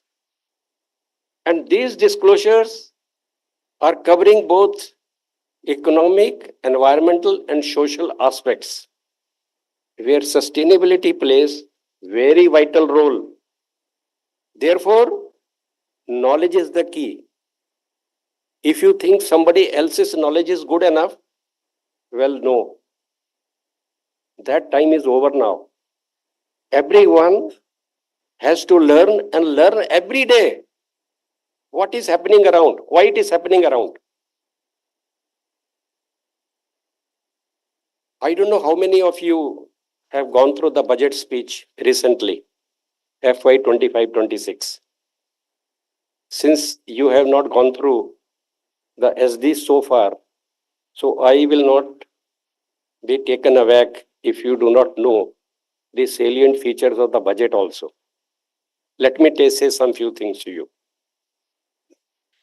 In this budget, government has earmarked funds on nuclear energy mission, national critical minerals mission, national manufacturing mission, and national technology mission, to name the few. Just to name the few. What it is for?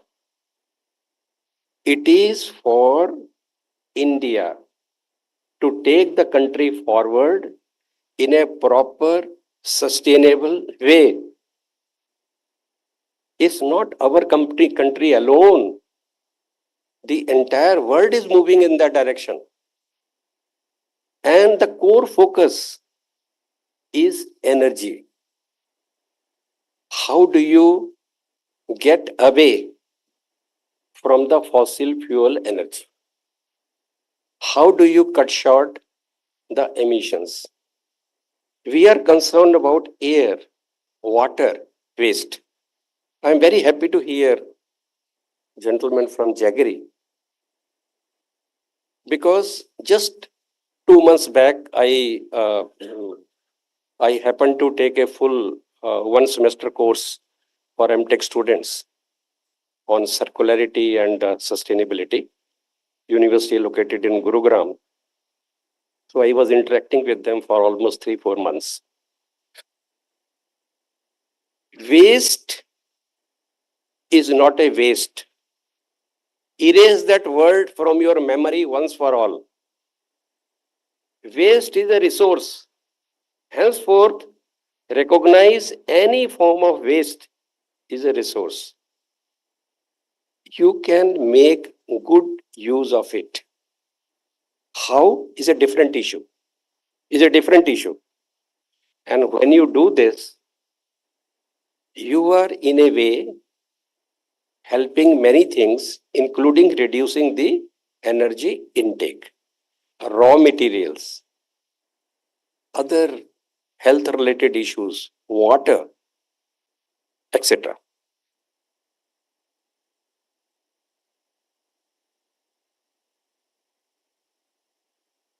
Now let us see the economic aspects. Sustainability can pursue, or for that matter, any venture can pursue when financial aspects are taken care of. So this I have put under the economic aspects. For every unit or ton of CO2, we call it carbon dioxide, there is going to be carbon credit. Though the carbon credits were already being traded earlier, but now it has been formally given shape. There is a carbon credit trading scheme already in India now, and it is the nodal agency's Bureau of Energy Efficiency. Why Bureau of Energy Efficiency? Because ultimately it is the energy. In direct form or indirect form, that is what matters. We already had renewal purchase obligations for the discoms as well as the producers, and also PAT scheme, perform, achieve, trade scheme. So any sustainable project, repeat, any sustainable project where you can establish that this has been the reduction in terms of energy, raw materials, etc., etc., you are going to earn the credits. And these credits are tradable. Economic benefits. So that it is not simply giving a lecture, but I am giving you the wholesome picture. While you behave like a responsible citizen, you also are in a position to make it sustainable from economics point of view. Another area is climate adaptation. Many of you may not know that by 2030, just 5 years from now, many parts of India are going to be water scarce. After all, from where water will come? Either it is from the precipitation or it is a subsurface. Therefore, wastage of water, and water circularity is going to be one of the basic requirements. We can stay without food. We can't stay without water. Therefore, make your habits such that you start living within the limited means, whether your personal requirements or for that matter, any natural resources.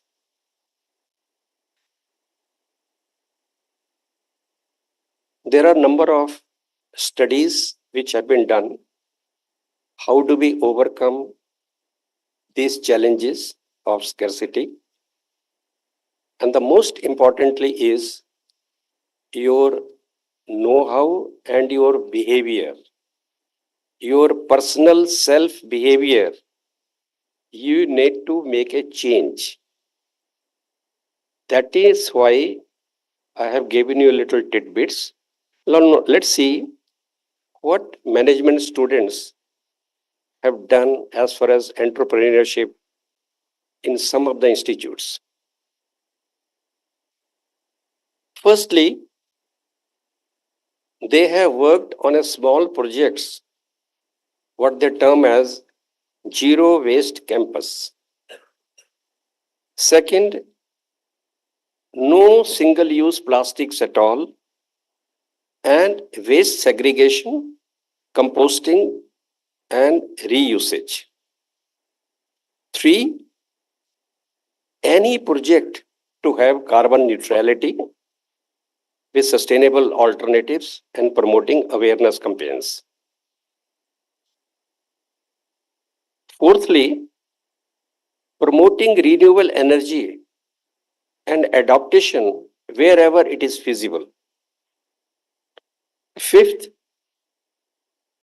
supply chain practices. This has to be highly sustainable. Next is rainwater harvesting and water management systems. Look around in your campus when you are here.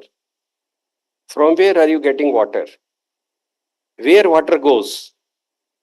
What is the end result of the water? It must have this circularity. Minimize and circularity. Solar power microgrids, so that affordable energy is possible to the off-grid communities. Urban farming, develop rooftop and vertical gardens. Startups focusing on carbon negative products, composting, reusable packaging, carbon sequestration techniques, including biochar and sustainable agriculture initiatives. I will close here now because there is a shortage of time. Maybe when there is an opportunity, I will again come to you with a lot of practical examples that I have seen in the last 50 years of my professional life. Till then, all the best. Thank you.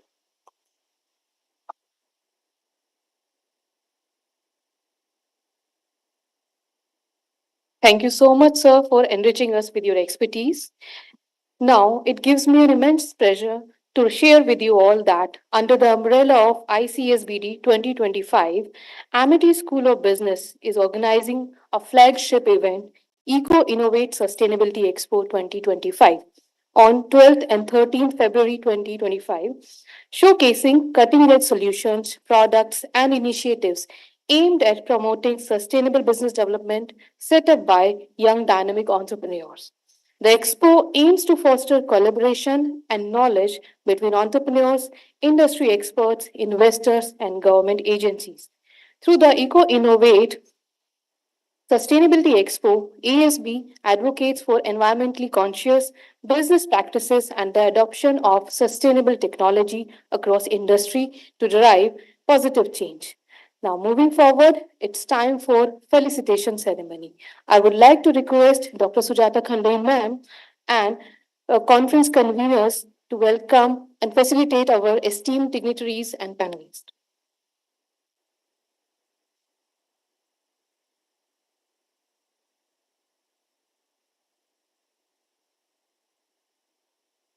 I would like to request our chief guest, Dr. Gautam Malik, to come forward, and Dr. Sujata Khandai ma'am and Dr. Ruchi Khandelwal ma'am, please join us to felicitate our chief guest for the day.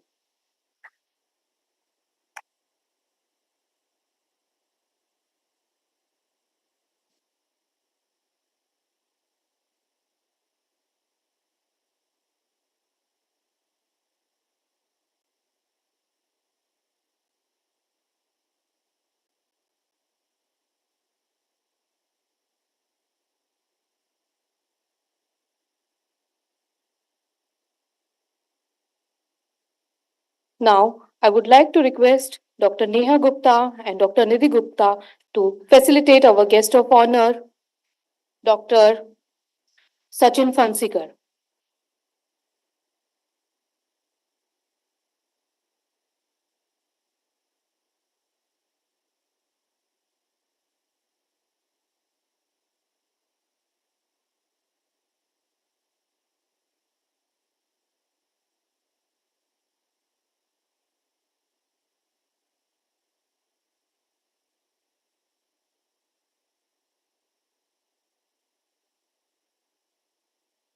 Now, I would like to request Dr. Deepa Kapoor, ma'am, to join us to felicitate our keynote speaker, Mr. Ashok Varan Chakrabarti.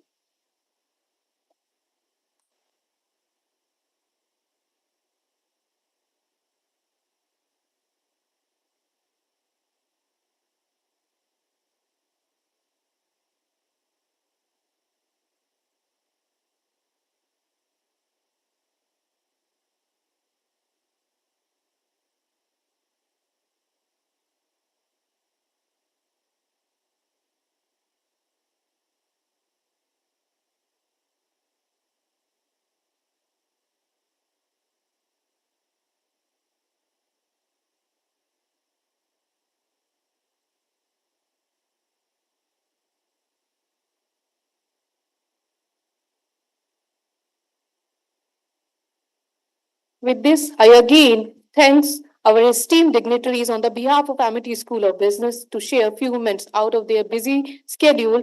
We are honored to have you all to today's session.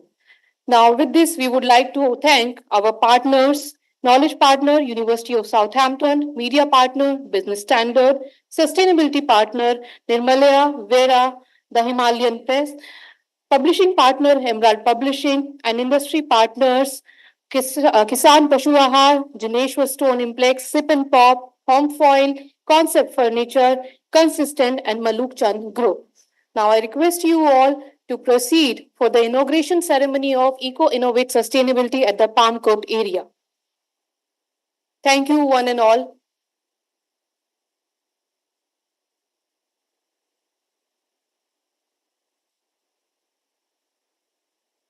The next session will start at 12:45. I request students to be seated in the hall. I'll request all the volunteers to keep the students seated in the auditorium. Volunteers, please keep the students seated in the auditorium.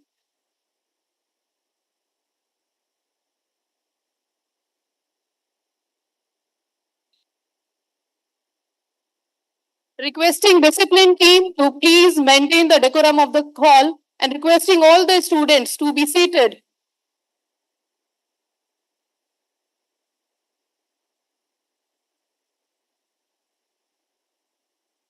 Volunteers, please.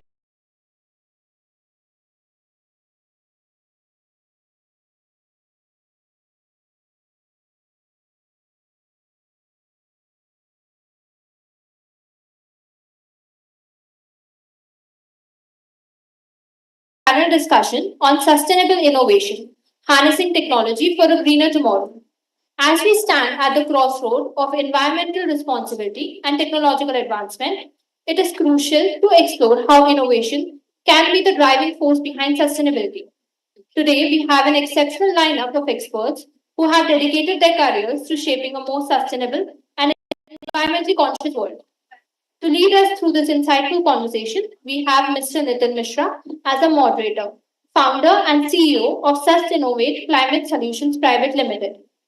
We would now like to invite Dr. Ruchi Khandelwal ma'am to welcome him. Mr. Nitin Mishra is a renowned expert in the field of environment and sustainability. His company is committed to tackling climate change through innovative and sustainable solutions. With over 13 years of experience as a lead corporate sustainability practitioner, he has worked with reputed MNCs such as Havells, Dabur, RSPL, and Honda. He was awarded the Young Environmental Leader of the Year award. Sir has been a speaker at more than 30 plus national and international conferences on sustainability related topics, included Clean India Waste Expo and EQ Decarbonization Summit. Now, let us take this opportunity to introduce our distinguished panelists. Dr. Girija K. Bharat, founder and director of New Gamma Consultants. We would like to invite Dr. Deepa Kapoor to welcome her. She is an international expert with 33 years of experience in chemical and plastic pollution control and water resource management. She began her career as a scientist and was a presidential scholar at George Mason University, USA. She has worked with leading institutions such as TERI and the World Bank. She has 132 national and international publications, including the Global Sustainable Development Report 2015 and 16. She also she also co-authored India's national policy framework on safe reuse of wastewater. She has been honored with several prestigious awards, including the Glory of India Award, Women Transforming India Award by Niti Aayog, Global Environment Award, Save the Environment Award, Aqua Excellence Award, and Exceptional Woman of Excellence Award by Women Economic Forum. Now, we would like to invite Dr. Ruchi Khandelwal ma'am to welcome Mr. Keshav Singhal, Head of Environment and Sustainability at Noida International Airport, where he leads initiatives to integrate sustainable solutions into aviation's infrastructure. He is a seasoned professional with over 14 years of diverse experience in sustainability, ESG reporting, ESG strategy, and corporate social responsibility. In his distinguished career, Mr. Singhal has held key roles, including Vice President of Sustainability ESG at Cadbury Global Limited, ESG Leader Sustainability at Carnot Picard India, Manager of Sustainability at Hindustan Petroleum Corporation. Now we would like to invite Dr. Ruchi Khandelwal ma'am to welcome Mr. Omendra Srivastav sir, Managing Director of the Global WMC India Private Limited, where he leads initiatives focused on building circular economies, enhancing resource efficiency, and aligning with carbon neutrality goals. Mr. Omendra Srivastav sir is a highly accomplished expert with over 25 years of experience in waste management, urban infrastructure, and environmental sustainability. He is also the technical head for India's Swachh Bharat mission. His work has transformed urban landscapes in cities such as Delhi, Ayodhya, Bhopal, Varanasi, Indore, and Raigad, while also drawing from international experience in Italy, Germany, China, and the Middle East and Mauritius. Throughout his distinguished career, he has held key positions, including partner in the Government Advisory Division of Waste Management, Environment and Waste Management expert as a nodal officer at the Government of Uttarakhand. With such a dynamic panel, we are encouraging discussion on how sustainable innovation and technology can reshape industries, transform policies, and drive real-world impact. Without further ado, we invite our esteemed moderator, Mr. Nitin Mishra, sir, to guide us through this engaging discussion. Thank you. So I'm thankful to MIT management for organizing this wonderful conference because right now sustainability innovation is required uh, for a cleaner and greener tomorrow. So as our theme is sustainable innovation, harnessing technology for the greener tomorrow. So I once again I welcome all the distinguished speaker, Dr. Girja Bharat, Mr. Keshav Singhal, and Mr. Umen Srivastava. So our all speaker they have a vast experience in sustainability. Like ma'am has worked in policy side, they work with Niti Aayog and working in sustainability innovation in policy side from last so many years. We have also Mr. Umen Srivastava. They have a very nice experience in waste management in Swachh Bharat mission, and also we have a Keshav Singhal sir. So he have very good experience in in Noida International Airport. So in today's session, we will first discuss if I'm requesting to Dr. Girija Bharat ma'am, if you can share your view related to your theme, how can the technology they can help us for the greener tomorrow. So if you can share your view related to your theme. So I request you to ma'am. Thank you so much. I'm so thankful to Rich ma'am and the team who has put together this wonderful conference. Thanks to the students who are here to listen to the industry experts on sustainability and sustainable innovations. Well, the word sustainability was coined quite some few decades ago, but the real essence of what sustainability means and what unsustainability means has come to the forefront in the last decade. And we are all witness to the unsustainable production and consumption. That is one of the sustainable development goals. And this has forced us to bring in innovative thinking and innovative processes, leading to whatever green technologies we are seeing today. So I'm glad that I have taken this part. For the last 35 years, I've been working in this sector of wastewater treatment, and now for the last 7-8 years on treated wastewater use. We have also been working on emerging contaminants. These are unseen contaminants. We only know about the visual contaminants in water. We don't discuss or we are not aware of the ones which are unseen. These are silent killers. They are causes of various deformities in children. In fact, it affects the mothers when they're expecting, and the child is born with different aspects of the issues. Endosulfan tragedy you would have heard. That is one of the areas which we work on. This is persistent organic pollutant which are endocrine disrupting. So we work on EDs and endocrine disrupting diseases. So these are two broad areas besides plastic waste management, damaging versatile and we work. Thankfully, there is not a consciousness. I'm seeing in the young generation also, which is moving away from the linear economy to a circular economy. Wastewater treatment, waste management, they are all part of the circular economy. And we are glad that we are here and such a pertinent topic to be discussed here. And I have been, as I mentioned, working in this sector with 7-8 countries, the Europe, US, North America, Australia, etc. Norway is our prime partner. Germany is also our prime partner, with whose funding we collect the samples from different rivers systems, and see how from rivering systems of pollution, the untreated effluents from wastewater treatment plant, that is STPs, they end up in the rivering system, end up in the water, the aquifers, end up in bioaccumulating in vegetables, aquatic animals. We consume it and it comes in our food chain. It's a whole chain which has to be broken somewhere in order to have a sustainable living. I'll end now. I have other panelists and we have lots of things to do. Thank you. So thank you, ma'am. Ma'am, well said in water, when we see any water, we always judge water by color. But we need to think about the water parameter. We need to be thinking how the parameter of BUD and other component. And generally, when the circular economy word will come, we already thinking only for the water thing.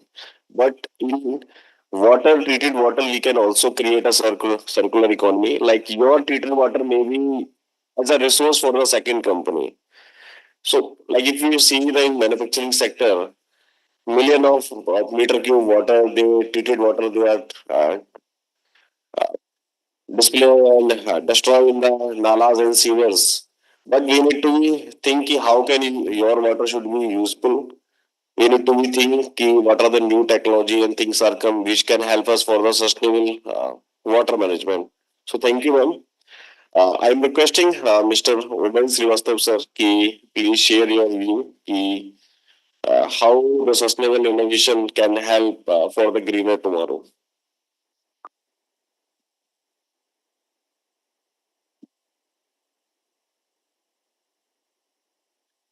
Thank you, Nitin. And first of all, I must thank the organizing committee of Amity and the people here, the students who are the future entrepreneurs. So I thank you all. Yeah, sustainability, the question was? So how the sustainable innovation, like if I can share your view on the theme. Sustainable innovations for the greener tomorrow. Okay. Friends, when we talk about sustainable innovations for the greener tomorrow, so I would like to rephrase this word that how we can innovate to make the future sustainable and greener rather than creating a sustainable technology. Because see, we currently are in the world where we are developing lot many technologies, and every technology is sustainable in its own. But actually, if you see that the purpose of sustainability depends on lot many things. How?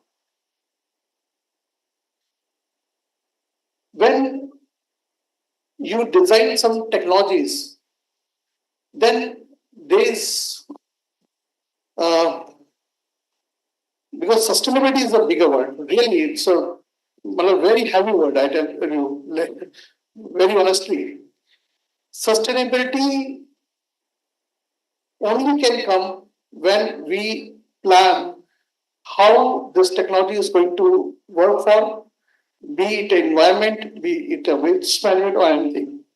Second thing, how it is going to control the operation, how it is going to economize the operation, then only we can talk about the sustainability. Not only operation wise, but also how it is going to deliver to the purpose, how it is going to deliver the purpose for which that technology has been designed. So, this is all I can say. So thank you, sir. I'm requesting Mr. Kesab Singhal, sir, if you can share your view related to our session theme. Thanks, Nitin. Again, thank you so much to the entire committee of MIT University for having me here. I can see a lot of people on their mobile phones, so let me break the ice and ask a few questions now. You heard about AQI, Air Quality Index. Do you know when we exceeded an AQI of 1,000 in Delhi NCR? Right now, we are also under a GRAP, which is Graded Response Action Plan. Anyone is aware when we exceeded a quantity of 999 or 1,000 in AQI?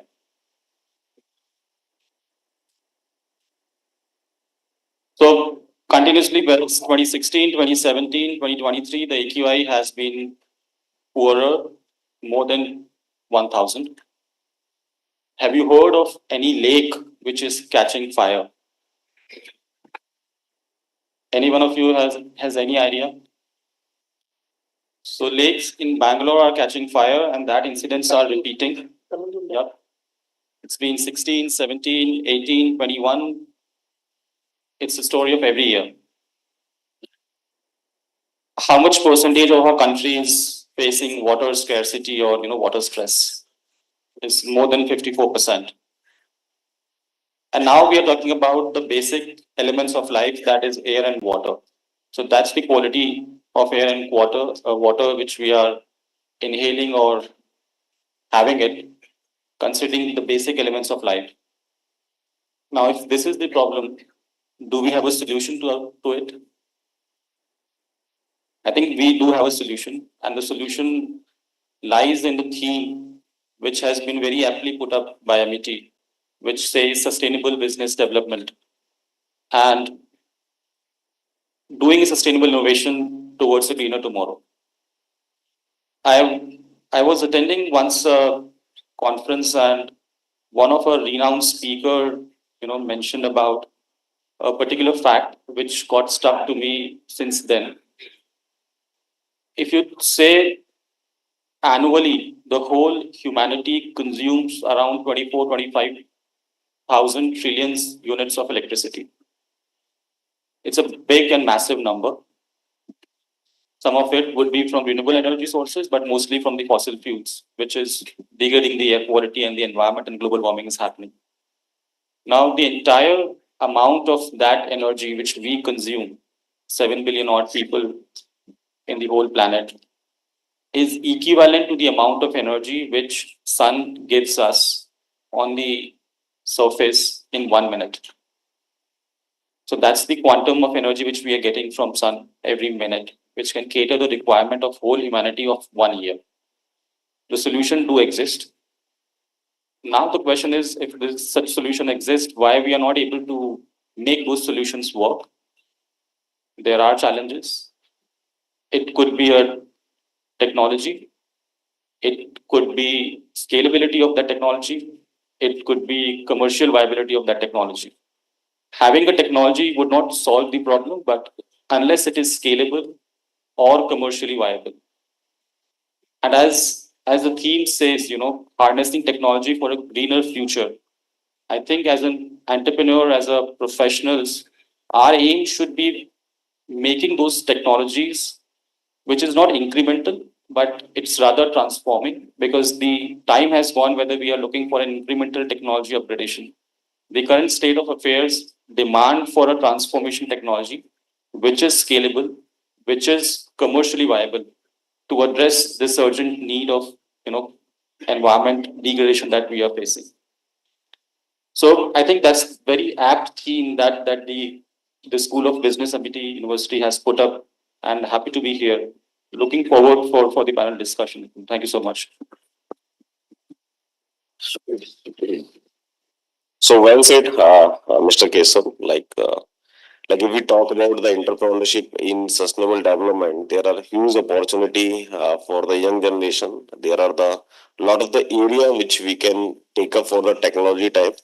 Like if we can talk about the technology requirement in sustainable development and for the sustainable innovation, first we need to take up the areas like in water segment. There are a lot of the research and technology is required, and company industry, they are seeking the solution, they are seeking the technology thing, how can we recycle and reuse the water. If we can talk about the waste area, uh, right now company they are seeking technology ki how can they reduce the carbon footprint of their product. So related to manufacturing sector, related to public area, and as we know ki India has set a target of the net zero. So India is also rigorously working for the reduction of all the emission.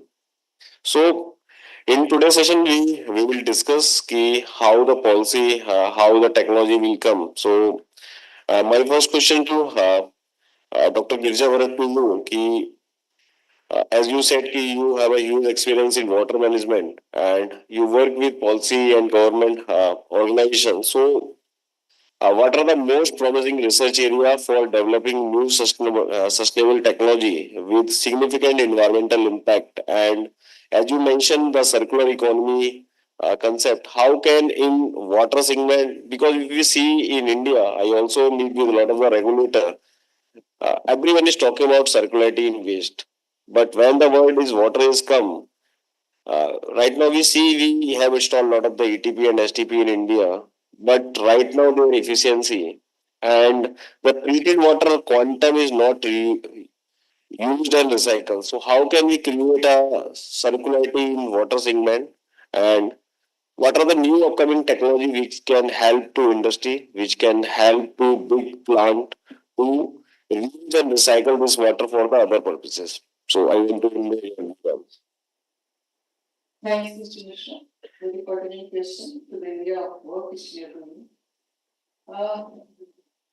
Circularity in waste water, or basically the water sector, has the potential to three things.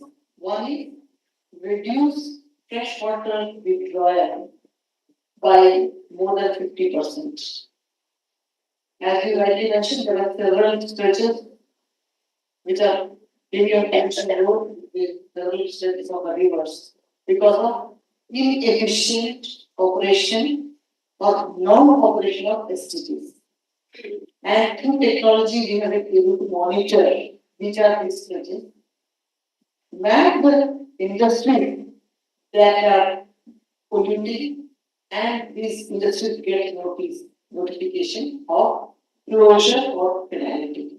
So the basic principle is polluters pay principle, and the industries which are polluting are given this notice and they have to comply with it, otherwise they are closed.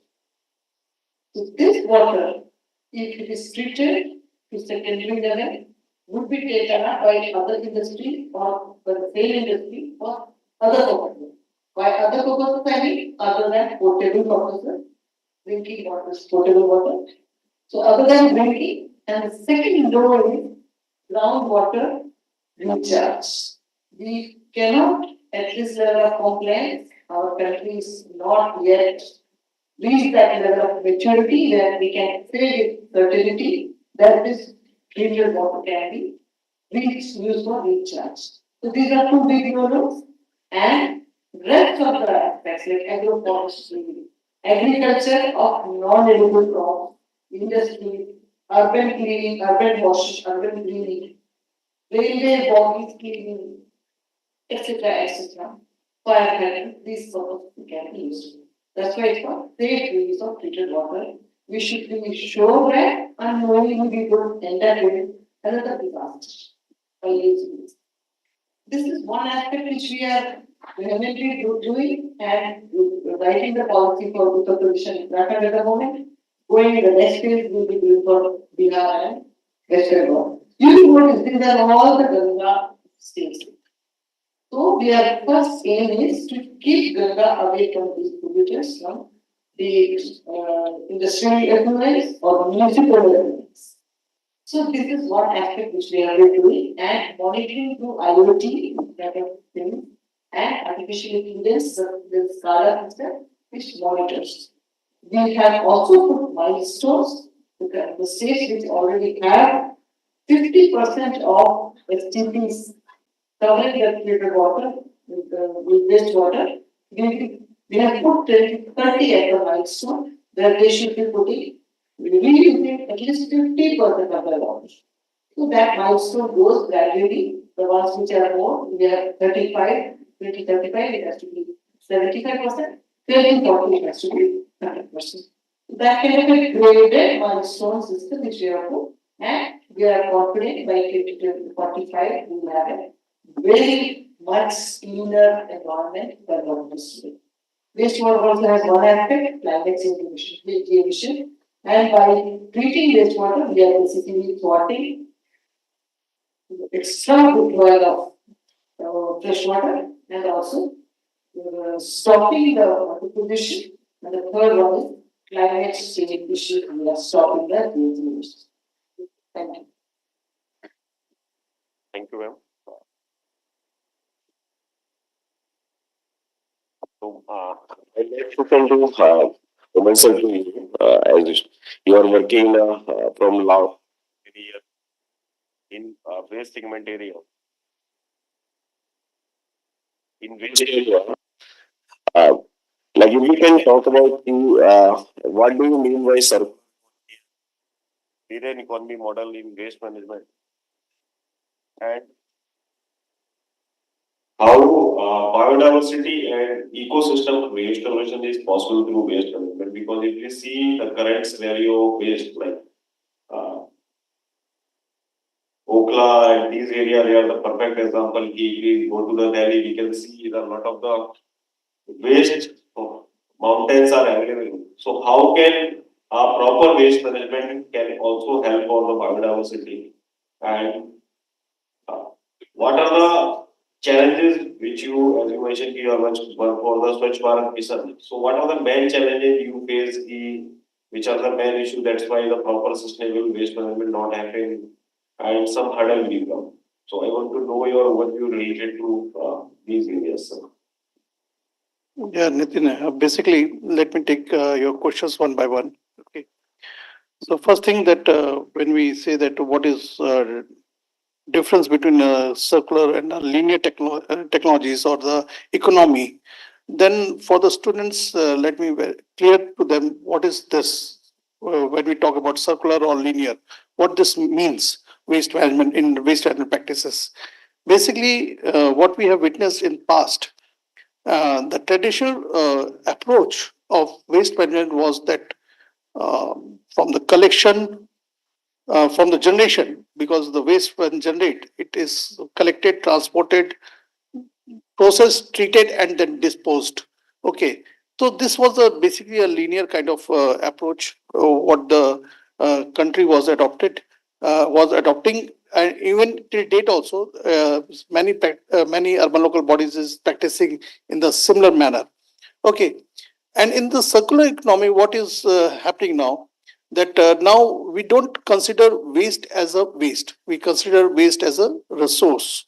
And when we consider waste as a resource, then uh, at every steps in the waste management, be it a generation, be it a disposal, be it a transportation, we try to minimize the quantity by applying the three practices: reduce, reuse, or recycle. Likewise, okay, and we try to minimize that the waste which is going to for the processing and disposal should be minimum, so that at last we don't see that the waste is getting compiled at the landfill or the dump sites. Okay, because so here the circular economy play a very vital role, and now because of this approach, circular economy approach, we are able to convert waste as a resource. Now, even at the generation point also, if we see that, okay, we are generating plastics. So this plastic is what? It's a recyclable material. So it has certain worth. So it is taken out. Okay. At the processing point place, we see that, okay, there is a glasses are there are the metals, there are the papers. So these things are also taken out. And at the disposal end, we see that this disposal is only for the inerts. Okay, so inerts, we are now again converting inerts also into another type of reusable things. Like we are with the help of the construction and demolition debris facilities, we are able to convert the construction demolition debris and the inert material into some useful blocks, like paver blocks. We are making it into paver blocks.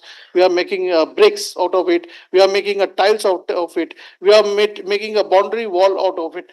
Likewise, we are converting that into. So every step, we are converting waste as a resource, and from that resource, we are generating certain kind of revenues.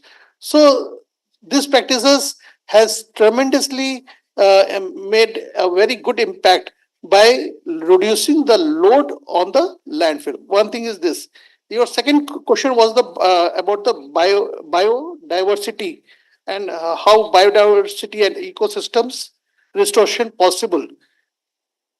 Yes, because see, I want if there is a whiteboard is there, no issue. Okay, like like if you see, whatever the things was flowing in a linear model was going to the landfill. Landfill means which requires a big space in multiple hectares of land is utilized. Okay, in the waste management practices. So अगर पहले के समय में अगर हम देखें तो you will find that the every city is having a dump sites. Dump site, you understand, the students?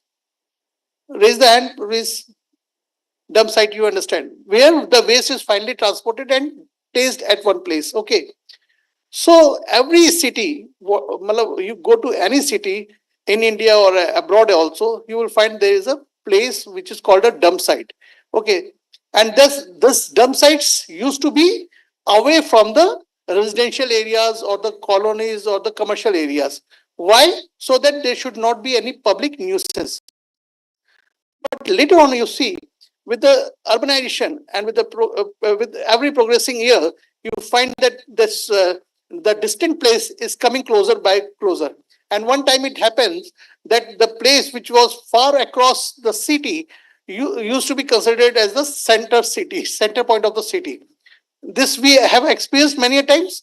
Even the people who are residents of the Noida also, they might also have seen this, that earlier this if you have to move to a place called sector 148 or sector 132, so it looks like that it is another part of the city in Noida even. But today we consider that it is a prime location. Okay, the people who are in Delhi, they consider earlier the Noida as a distant place, but today they feel that it is just a few kilometers away. Okay, and now this land, which was being used for the placement of the dumps, is becoming a nuisance point. How? It is impacting the environment by emitting the greenhouse gases, because you understand that whatever the waste we are dumping at a point is impacting in that manner. It is releasing some greenhouse gases. Okay, so that greenhouse gases is impacting the ozone depletion. Okay, then second, that waste when is put for certain period, then they tend to generate the leachates. Leachates is what? It is another liquid pollutant, okay, which is acidic in nature and which is having a lot of pathogens. And when this leachate percolate to the underground water table, then what that happens? That contaminate the underground water table, and that water which is pumped to our houses through various mediums is become hazardous. Okay, and because of that, we all are ending with lot many diseases, which is called gastro intestinal diseases. We are witnessing those diseases in every household, and this is all because of the that leachates. Okay, so this land, which is now we have developed a mechanism. That mechanism is called a biomining process. Okay. How many of you are from Delhi? Can I see your hands? Delhi or Noida? Okay. So you all must be traveling in Delhi, then you might be seeing a few mountains kind of things. Have you witnessed in Gazipur area, Bhawana area? Can you raise the hand, please? And rest of the people are from outskirts or not from Delhi? It is like, I think it is a one-way communication. It is not a two-way communication. You want me to make it a classroom session. So this one is a mountain kind of dump site you must have witnessed, which is now 84-meter height. You know the height of the this Qutub Minar? Anyone? Height of the Qutub Minar? It's around 54-meter. And this dump site height is 84-meter, which is almost 30 meters above the Qutub Minar. You won't believe. So this is a dump which is existing from last almost 60 years in Delhi. One is at Gazipur, another is at Okhla, and the third one is at Bhawana. Okay. While you enter to the Sonipat, you might have seen that big land. So what is this land contributing to the environment? How this is contributing to the environment? Who amongst us would love to have his residence there close to that kind of landfill? Anyone? No one, I believe. No one would love to have the residence near to such kind of landfill. So now the approach has changed. The government has realized that this is a threat to the environment, for the biodiversity. This is a big threat. Okay, so government has initiated some this plans, and now they have taken out a process which is called a biomining process. And through this biomining, we are able to clean up, remediate all this kind of dump sites. Okay. And now NGT, Honorable NGT also, National Green Tribunal, has also intervened into this kind of action, this projects, and they are rigorously penalizing all those local bodies whosoever is not remediating their landfills or dump sites. Okay. And by remediating this lands, we are able to recover that land, which is now a very precious land, because it is in the mid of the city. Because if you see, the Gazipur is also a mid of the city. It is just on the NH, National Highway. So that is a very prestigious land. Similarly, other lands in Noida also, you might have seen Sector 54. Anybody in Noida, from Noida? So in Noida, there was a Sector 54.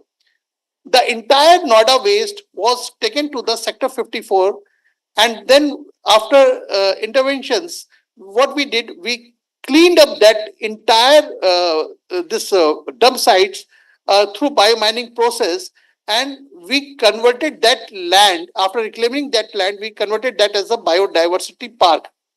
Now you will find, after the monsoon period, you will find a lot of birds are migrating to that place. Okay. So that has become a very good, beautiful park, biodiversity park at Sector 54. It is just on the junction of the that Tiraha hai wahan par. So my submission is this, that when we say that how this is possible through waste management, how biodiversity and ecosystem restoration is possible. So it is possible by applying the right approach, by applying the right technologies.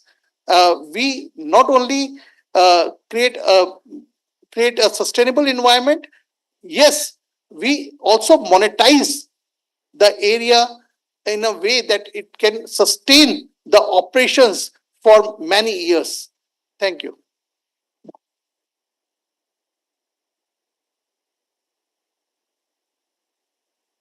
So like sir correctly said, we right now we see the condition of waste, and as it's our own responsibility as an individual, we should start segregation at school. Like I can definitely say the out of the all of the people, I can say 99.9% people they are not segregating their waste. So it's our responsibility to see the current scenario of the waste management at the household level, what we are doing. We are just collecting the food waste, pack in a plastic wrap, and just throw to the bucket or dustbin. But when all these plastic will go to the side, the see the condition of the right people who are collecting and segregating the same. So if we start segregating the waste through our own home, like we can segregate the organic waste, we can segregate the non-organic waste, we can segregate the plastic waste, collect to the different part. I see a lot of the time the medical waste, electronic waste, they are part of the municipal solid waste. So it's our responsibility as an individual, we should think about it, and we can segregate this type of waste so the dump and this type of things will not be happening. Because technology is the second part, but if we can segregate at the source, so maybe the condition will not be coming in future. So my next question to Kesaji, to you, you are the head of sustainability of Noida International Airport, and we see the airport is taking a lot of the initiative. So what is your sustainability vision for the Noida International Airport? And right now, as we know, this is under construction. So what are the sustainability initiatives you have taken here for the water, energy, and waste side? Okay. So, I'm sure every one of the students or faculties present in this room have been hearing news about the upcoming Noida International Airport, which we also call as Jewar International Airport.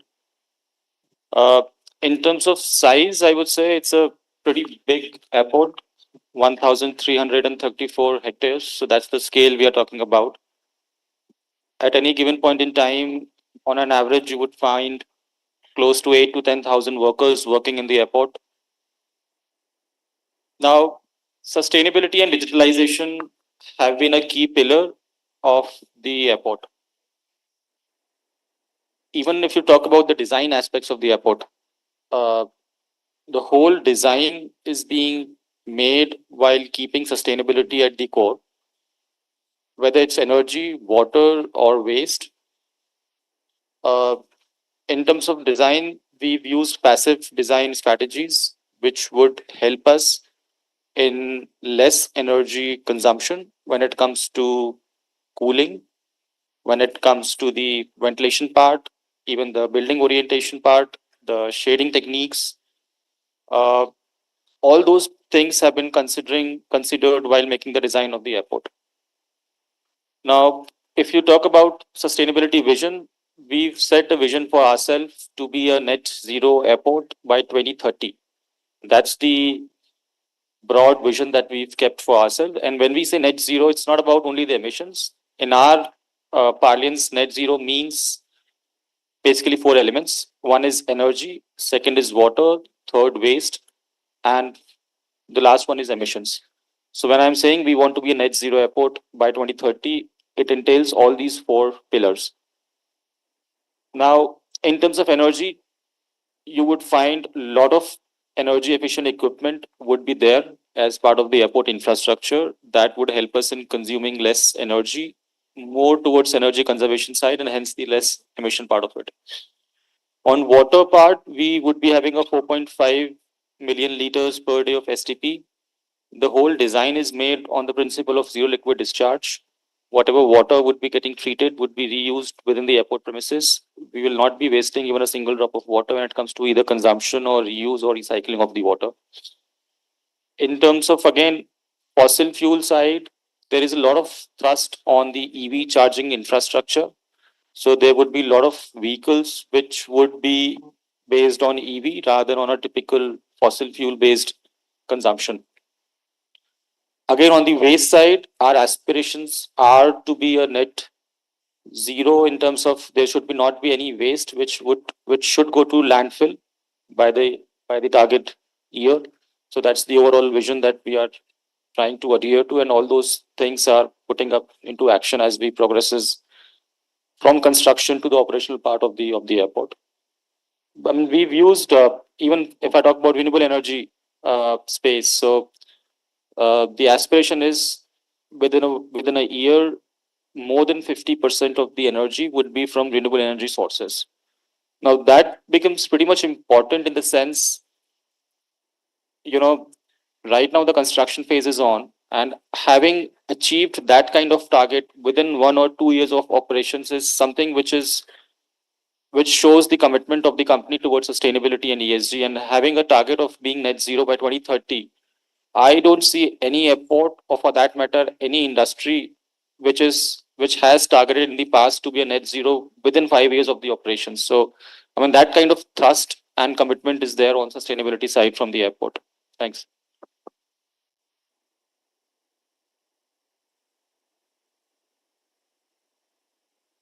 So really, you really mentioned ki I see a lot of the journey of the airport. Like if we can comparison with Delhi airport. I think last 2 years ago they declared they will be the carbon neutral, and if we done a comparison with Mumbai, if we comparison with the size and think uh, targeting of net zero by 2030, really it's a big target. And the adoption of renewable energy for the supply, then the adoption of EV vehicle during the transportation, because mainly in airport, the energy consumption, the transportation thing is the biggest uh, area for pollution generation. So thank you for your kind words, sir.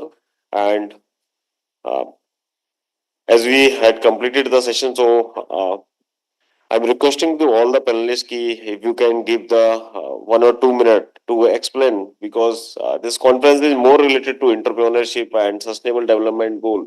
So, ma'am, what are the opportunity available for the young people, young minded people, and the startup in the area of water sector, and how the government will help at that area? So, if you can highlight certain thing related to entrepreneurship. Thank you, Mr. Mishra. I'm glad that you asked this question. to a class of entrepreneurs, budding entrepreneurs. Many of you will be having your own organization in a couple of years. Many of you will be supporting startups and stand-ups and availing several schemes, and may not avail your organization, it would itself would be self-sustaining. This question is very relevant. Water entrepreneurs are called waterpreneurs. There are several opportunities starting from all the steps of the value chain, from fresh water to wastewater, be it water treatment, water resource management, or climate change. You can come as entrepreneurs in any segment. A very small NGO called Safe Water Network, based in US, they started this waterpreneurship ATMs, water ATMs, and they transformed several villages in and around the cities which were hard to reach areas for the government centrally sponsored schemes. And it flourished like anything. Today they have their presence in several countries. When the Jal Jeevan Mission came in India, I was closely working with Safe Water Network and I was wondering, oh, these people will be out of job soon. But they diversified to several other aspects like pond rejuvenation, river cleaning, lake restoration, etc. So there is no dearth of opportunities for an entrepreneur. And the entrepreneur is a very different class because they find solution in everything. You will have to have this attitude of finding solution to every problem rather than finding problem to every solution. This attitude of go-getter will actually land you up in discovering several opportunities which the water sector provides, be it fresh water, be it wastewater, and in wastewater treatment, we say for the agriculture, there is a waterpreneur who collects water from all the secondary treated sources and distributes to agriculture. Agriculture is a place where the farmers don't have the capacity to pay, but still these waterpreneurs make money out of their business because it goes much beyond what they had expected. So there's a huge opportunity in sustainable development in the water sector, which you all, with the Internet of Things and the evolving artificial intelligence and machine learning, you will explore many things which we are not aware of. So wishing you all the very best for your fruitful journey. Thank you. So thank you, ma'am. My next question to you, sir, what business opportunity for the young entrepreneurs and startup in waste management sector? Because if we see last 2-3 years, a lot of the startup they started their entrepreneurship journey in waste, and as you clearly mentioned, right now waste is a resource. There are a lot of the resource are available in waste. So also in waste we can generate certain startup. So what is your view? What are the opportunity available in waste sector, sir? Thank you Anuj. आप लोग सो कर क्यों रहे हो, पहले ये बताओ. हम लोग यहाँ पे आए केवल आप लोगों के लिए, लेकिन आप लोगों की तरफ से लग रहा है एकदम शांत, मतलब फीड मिल रहा है. There is no excitement in you. आप लोग एंटरप्रेन्योर होने जा रहे हो ना फ्यूचर के, कैसे बनोगे? एक्साइटमेंट चाहिए भाई. आप में जोश है कि नहीं है? बताइए ना. है तो बताइए ना. है तो शांत क्यों हैं आप लोग? हम आपके लिए आए हैं यहाँ पर. अपने एक्सपीरियंस को आपके साथ शेयर इसलिए कर रहे हैं ताकि आप लोग जागे. एमबीए करने के बाद व्हाट नेक्स्ट बताइए. व्हाट नेक्स्ट बोलिए भाई. Job, JOB. अच्छा, गुड. अभी भी कुछ लोग मोबाइल में घुसे हुए. I can see lot many face. See, मैंने बताया कि मतलब if we talk about prospect in this industry, there are 2-3 kind of industries what we have witnessed. Corona period everybody have seen, है ना? सब लोगों ने देखा? कितने लोगों ने देखा? कितने लोगों ने एक्सपीरियंस किया? किया ना? क्या पाया आपने? क्या पाया? कोरोना पीरियड में किस तरह की इंडस्ट्री ने ग्रो किया बताइए? Pharmaceutical, yes. Online, yes. What else? हाँ, क्लीन एयर हो गया. That's true. What next? बताए बताए बताए. Contribute your knowledge. हाँ, ई कॉमर्स ने तो ग्रो किया, फार्मास्यूटिकल्स ने ग्रो किया, तो हेल्थ इंडस्ट्रीज ने बहुत अच्छे से ग्रो किया, ई ई मार्केटिंग ने बहुत अच्छे से ग्रो किया है.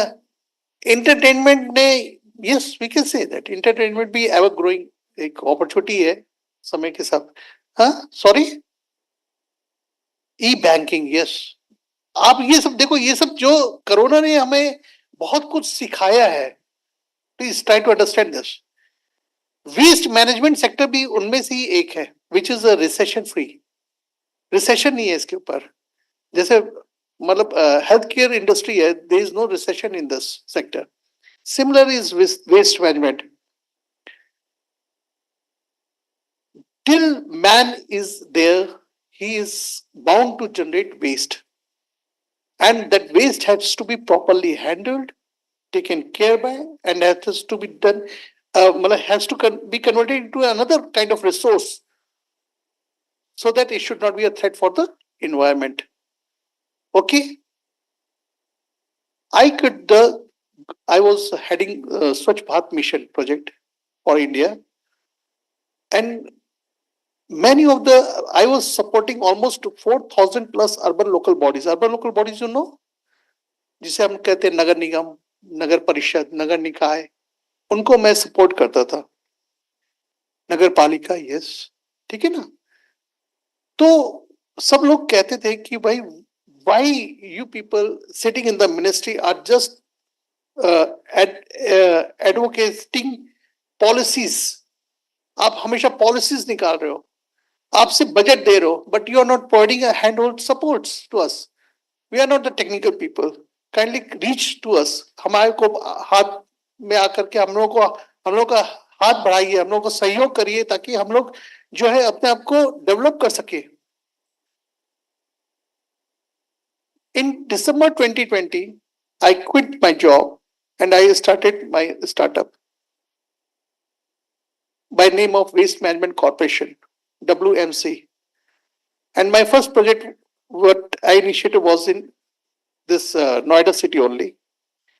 And today, in just a span of 4 years, I have a team of more than 150 engineers, highly qualified engineers, who are from the environment sector, who are from the civil sector, who are from the mechanical sectors. So that much of big team we have developed. And today we are not only serving Noida city alone, but we are serving almost 4 states. 4 states. So there is such a big potential in this sector. अभी हिंदुस्तान ने केवल अपना 30% waste को process करना शुरू किया है. आप सोचिए कितना बड़ा हाथी है. इस हाथी को कितने लोगों को मिलके खाना है? आप समझ रहे हैं? आप लोग जागिए. कितने लोग यहाँ पे जितने बैठे हैं, कितने लोग ने पहले ये समझा था कि कचरा जो है रिसोर्स हो सकता है? Hardly any. ओनली फ्यूज जिन्होंने ये देखा कि कचरा को भी हम एक रिसोर्स की तरह यूज कर सकते हैं. आज आपको मैं बता के बड़ा गर्व होता है, अभी एनटीपीसी के साथ मिलकर के हमने वेस्ट से चारकोल बनाना शुरू कर दिया. आपको मालूम है? ये न्यूज कितने लोगों ने देखा? प्राइम मिनिस्टर मोदी ने इसको इनॉग्रेट किया फैसिलिटी को इन Varanasi. The first project was established in Varanasi a year back, where we have started converting entire waste Even we are talking about the mixed waste. We are not talking a segregated waste. Entire waste into charcoal. Charcoal क्या होता है? कोयला. कोयला क्या है? एक renewable energy है, renewable resource है. मानते हैं?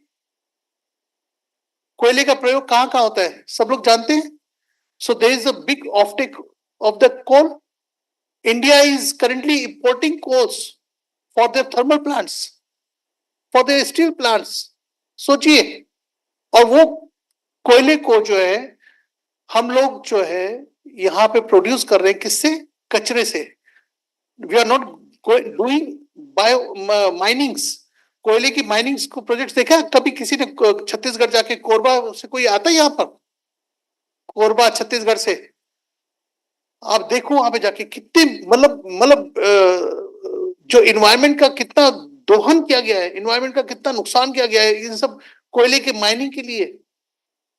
कई 100 मीटर तक मतलब खाइयां बनाई जा रही हैं, कोयले की माइनिंग कर करके निकाला जा रहा है. और कितने एक्सीडेंट्स होते हैं उस कोयले के माइनिंग से. बायोडाइवर्सिटी की बात कर रहे हैं हम, इन्वायरमेंट की बात कर रहे हैं, और कितना हम उसको नुकसान पहुंचा रहे हैं. अब वो कोयला जो है हम कचरे से बना रहे हैं. अभी हमने एक नया प्रोजेक्ट मिला है जिसमें हम जो मिलिट्री है अपनी जो इंडियन आर्मी है उनके साथ जितने भी बटालियन रीजन है, लेह लद्दाख रीजन है, कारगिल रीजन है, उधर जो बेचारे 24/7 आवर्स की जो वहां पे पोस्ट को कैप्चर करके रखे हुए हैं, उनके लिए हम जो है उन्हीं के कचरे से उन्हीं का कोयला बना करके उनको दे रहे हैं कि आप इसको तापो, अपने को राहत दो. Don't you think this is a big opportunity? आप लोग इसमें सीखना नहीं चाहेंगे? इसमें कंट्रीब्यूट नहीं करना चाहेंगे? इसको आप लोग जीना नहीं चाहेंगे? उमेंद्र श्रीवास्तव अकेले हिंदुस्तान को नहीं चला सकता. आप लोगों की जरूरत है उसको. I want your people support. आप लोग इसको समझिए, जागिए. And there is a tremendous potential in environment sector, I tell you. Be it wastewater, be it water, be it waste, be it anything. India has a potential. आप में भी potential है, आप उसको utilize करें. Thank you. Wrapping your session, if you can highlight certain things, sir has mentioned the entrepreneurship, but as per my thinking in sustainability, the biggest thing is the knowledge. For the young entrepreneur, it's because I see a lot of the entrepreneur. If you are entering in any field, first need the basic thing of the area. Like if you are planning to do entrepreneurship in water and wastewater, and apart from that, right now the sustainability evolution is starting from the corporate side. Like in sustainability reporting, there are a huge opportunity. So you can also join as a career in sustainability. So I want to request Kesam sir if you can highlight certain points there related to entrepreneurship, share your experience. Sure. So, I mean, as previous speakers has mentioned, Dr. Girja and Mr. Omendra about the various opportunities that are lying on water and waste side. If you see from the regulations perspective, regulations are evolving every day and out. Particularly in that aspect, reporting is one example. Earlier, top 100 companies were required to report their sustainability performance. It became 500, it became 1,000. The whole reporting requirements got changed, assurance added, supply chain partners added. There has been a lot of evolve. Those requirements have been evolved over quite a number of period. You talk about extended producer responsibility, which is now become a mandate on the waste side, which is again adding certain responsibilities at the manufacturers end, and hence the whole supply chain is getting streamlined, which is in turn opening various opportunities for new businesses to come up in that particular space. Carbon credits is another emerging field which is now being worked out by various agencies, various companies. There are number of things happening parallelly, whether it's a regulatory side or even more from the responsibility sides of corporate, which are driving a lot of newer business opportunities which were not existing maybe 10 years or 15 years down the line. If I have to sort of categorize the opportunities, it could be either a sort of consulting side or service side. It could be or on the product side. It could be on the technology side, or it could be even on the solutioning side from the digital perspective, be it IoT or ESG solutions or those kind of software solutions. The choice is something which is upon you, which route you would want to take, what are the opportunity that you want to exploit in the next couple of years. But make sure whatever you are trying to develop, those technology or those opportunities should be scalable as well as commercial viable from the user's perspective. Because if these two things are not there, there are good chances to fail. So just keep that in mind, that whatever solutions and technologies that you are choosing, it should be scalable and commercial viable more from the consumer side. That's it. Thank you. Thank you so much, Nathan.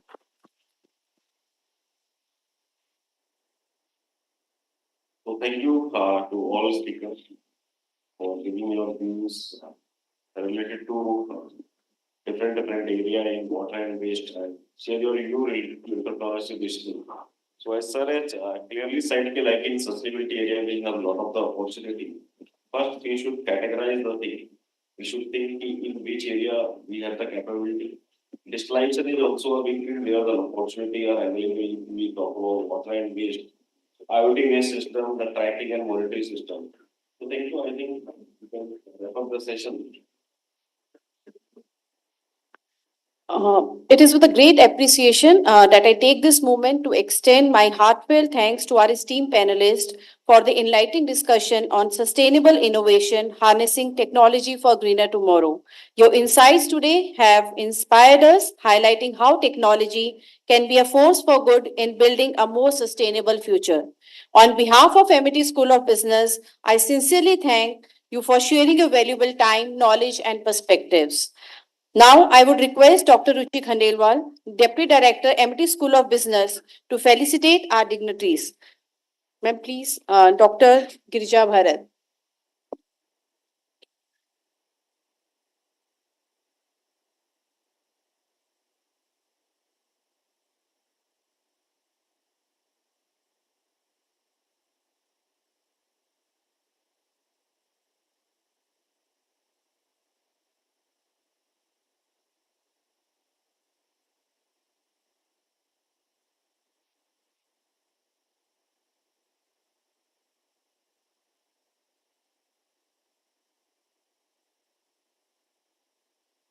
Thank you, ma'am.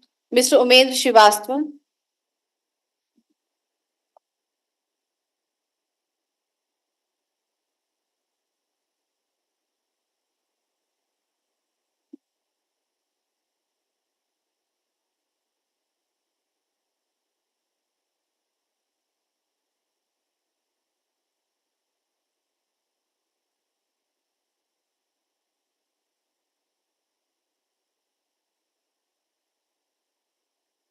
Thank you, sir. Mr. Keshav Singhal.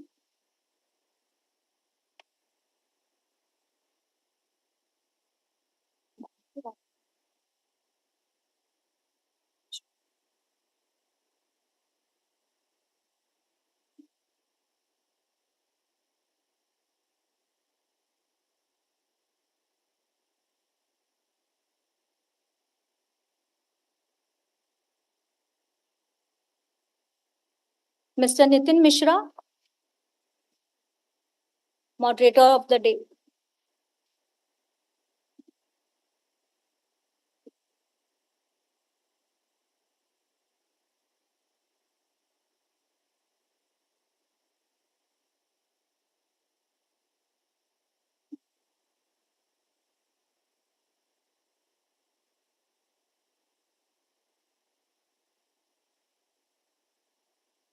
I would like to take this opportunity to thank all the guest dignitaries present here for this third international conference on entrepreneurship and sustainable business development for sparing their valuable time.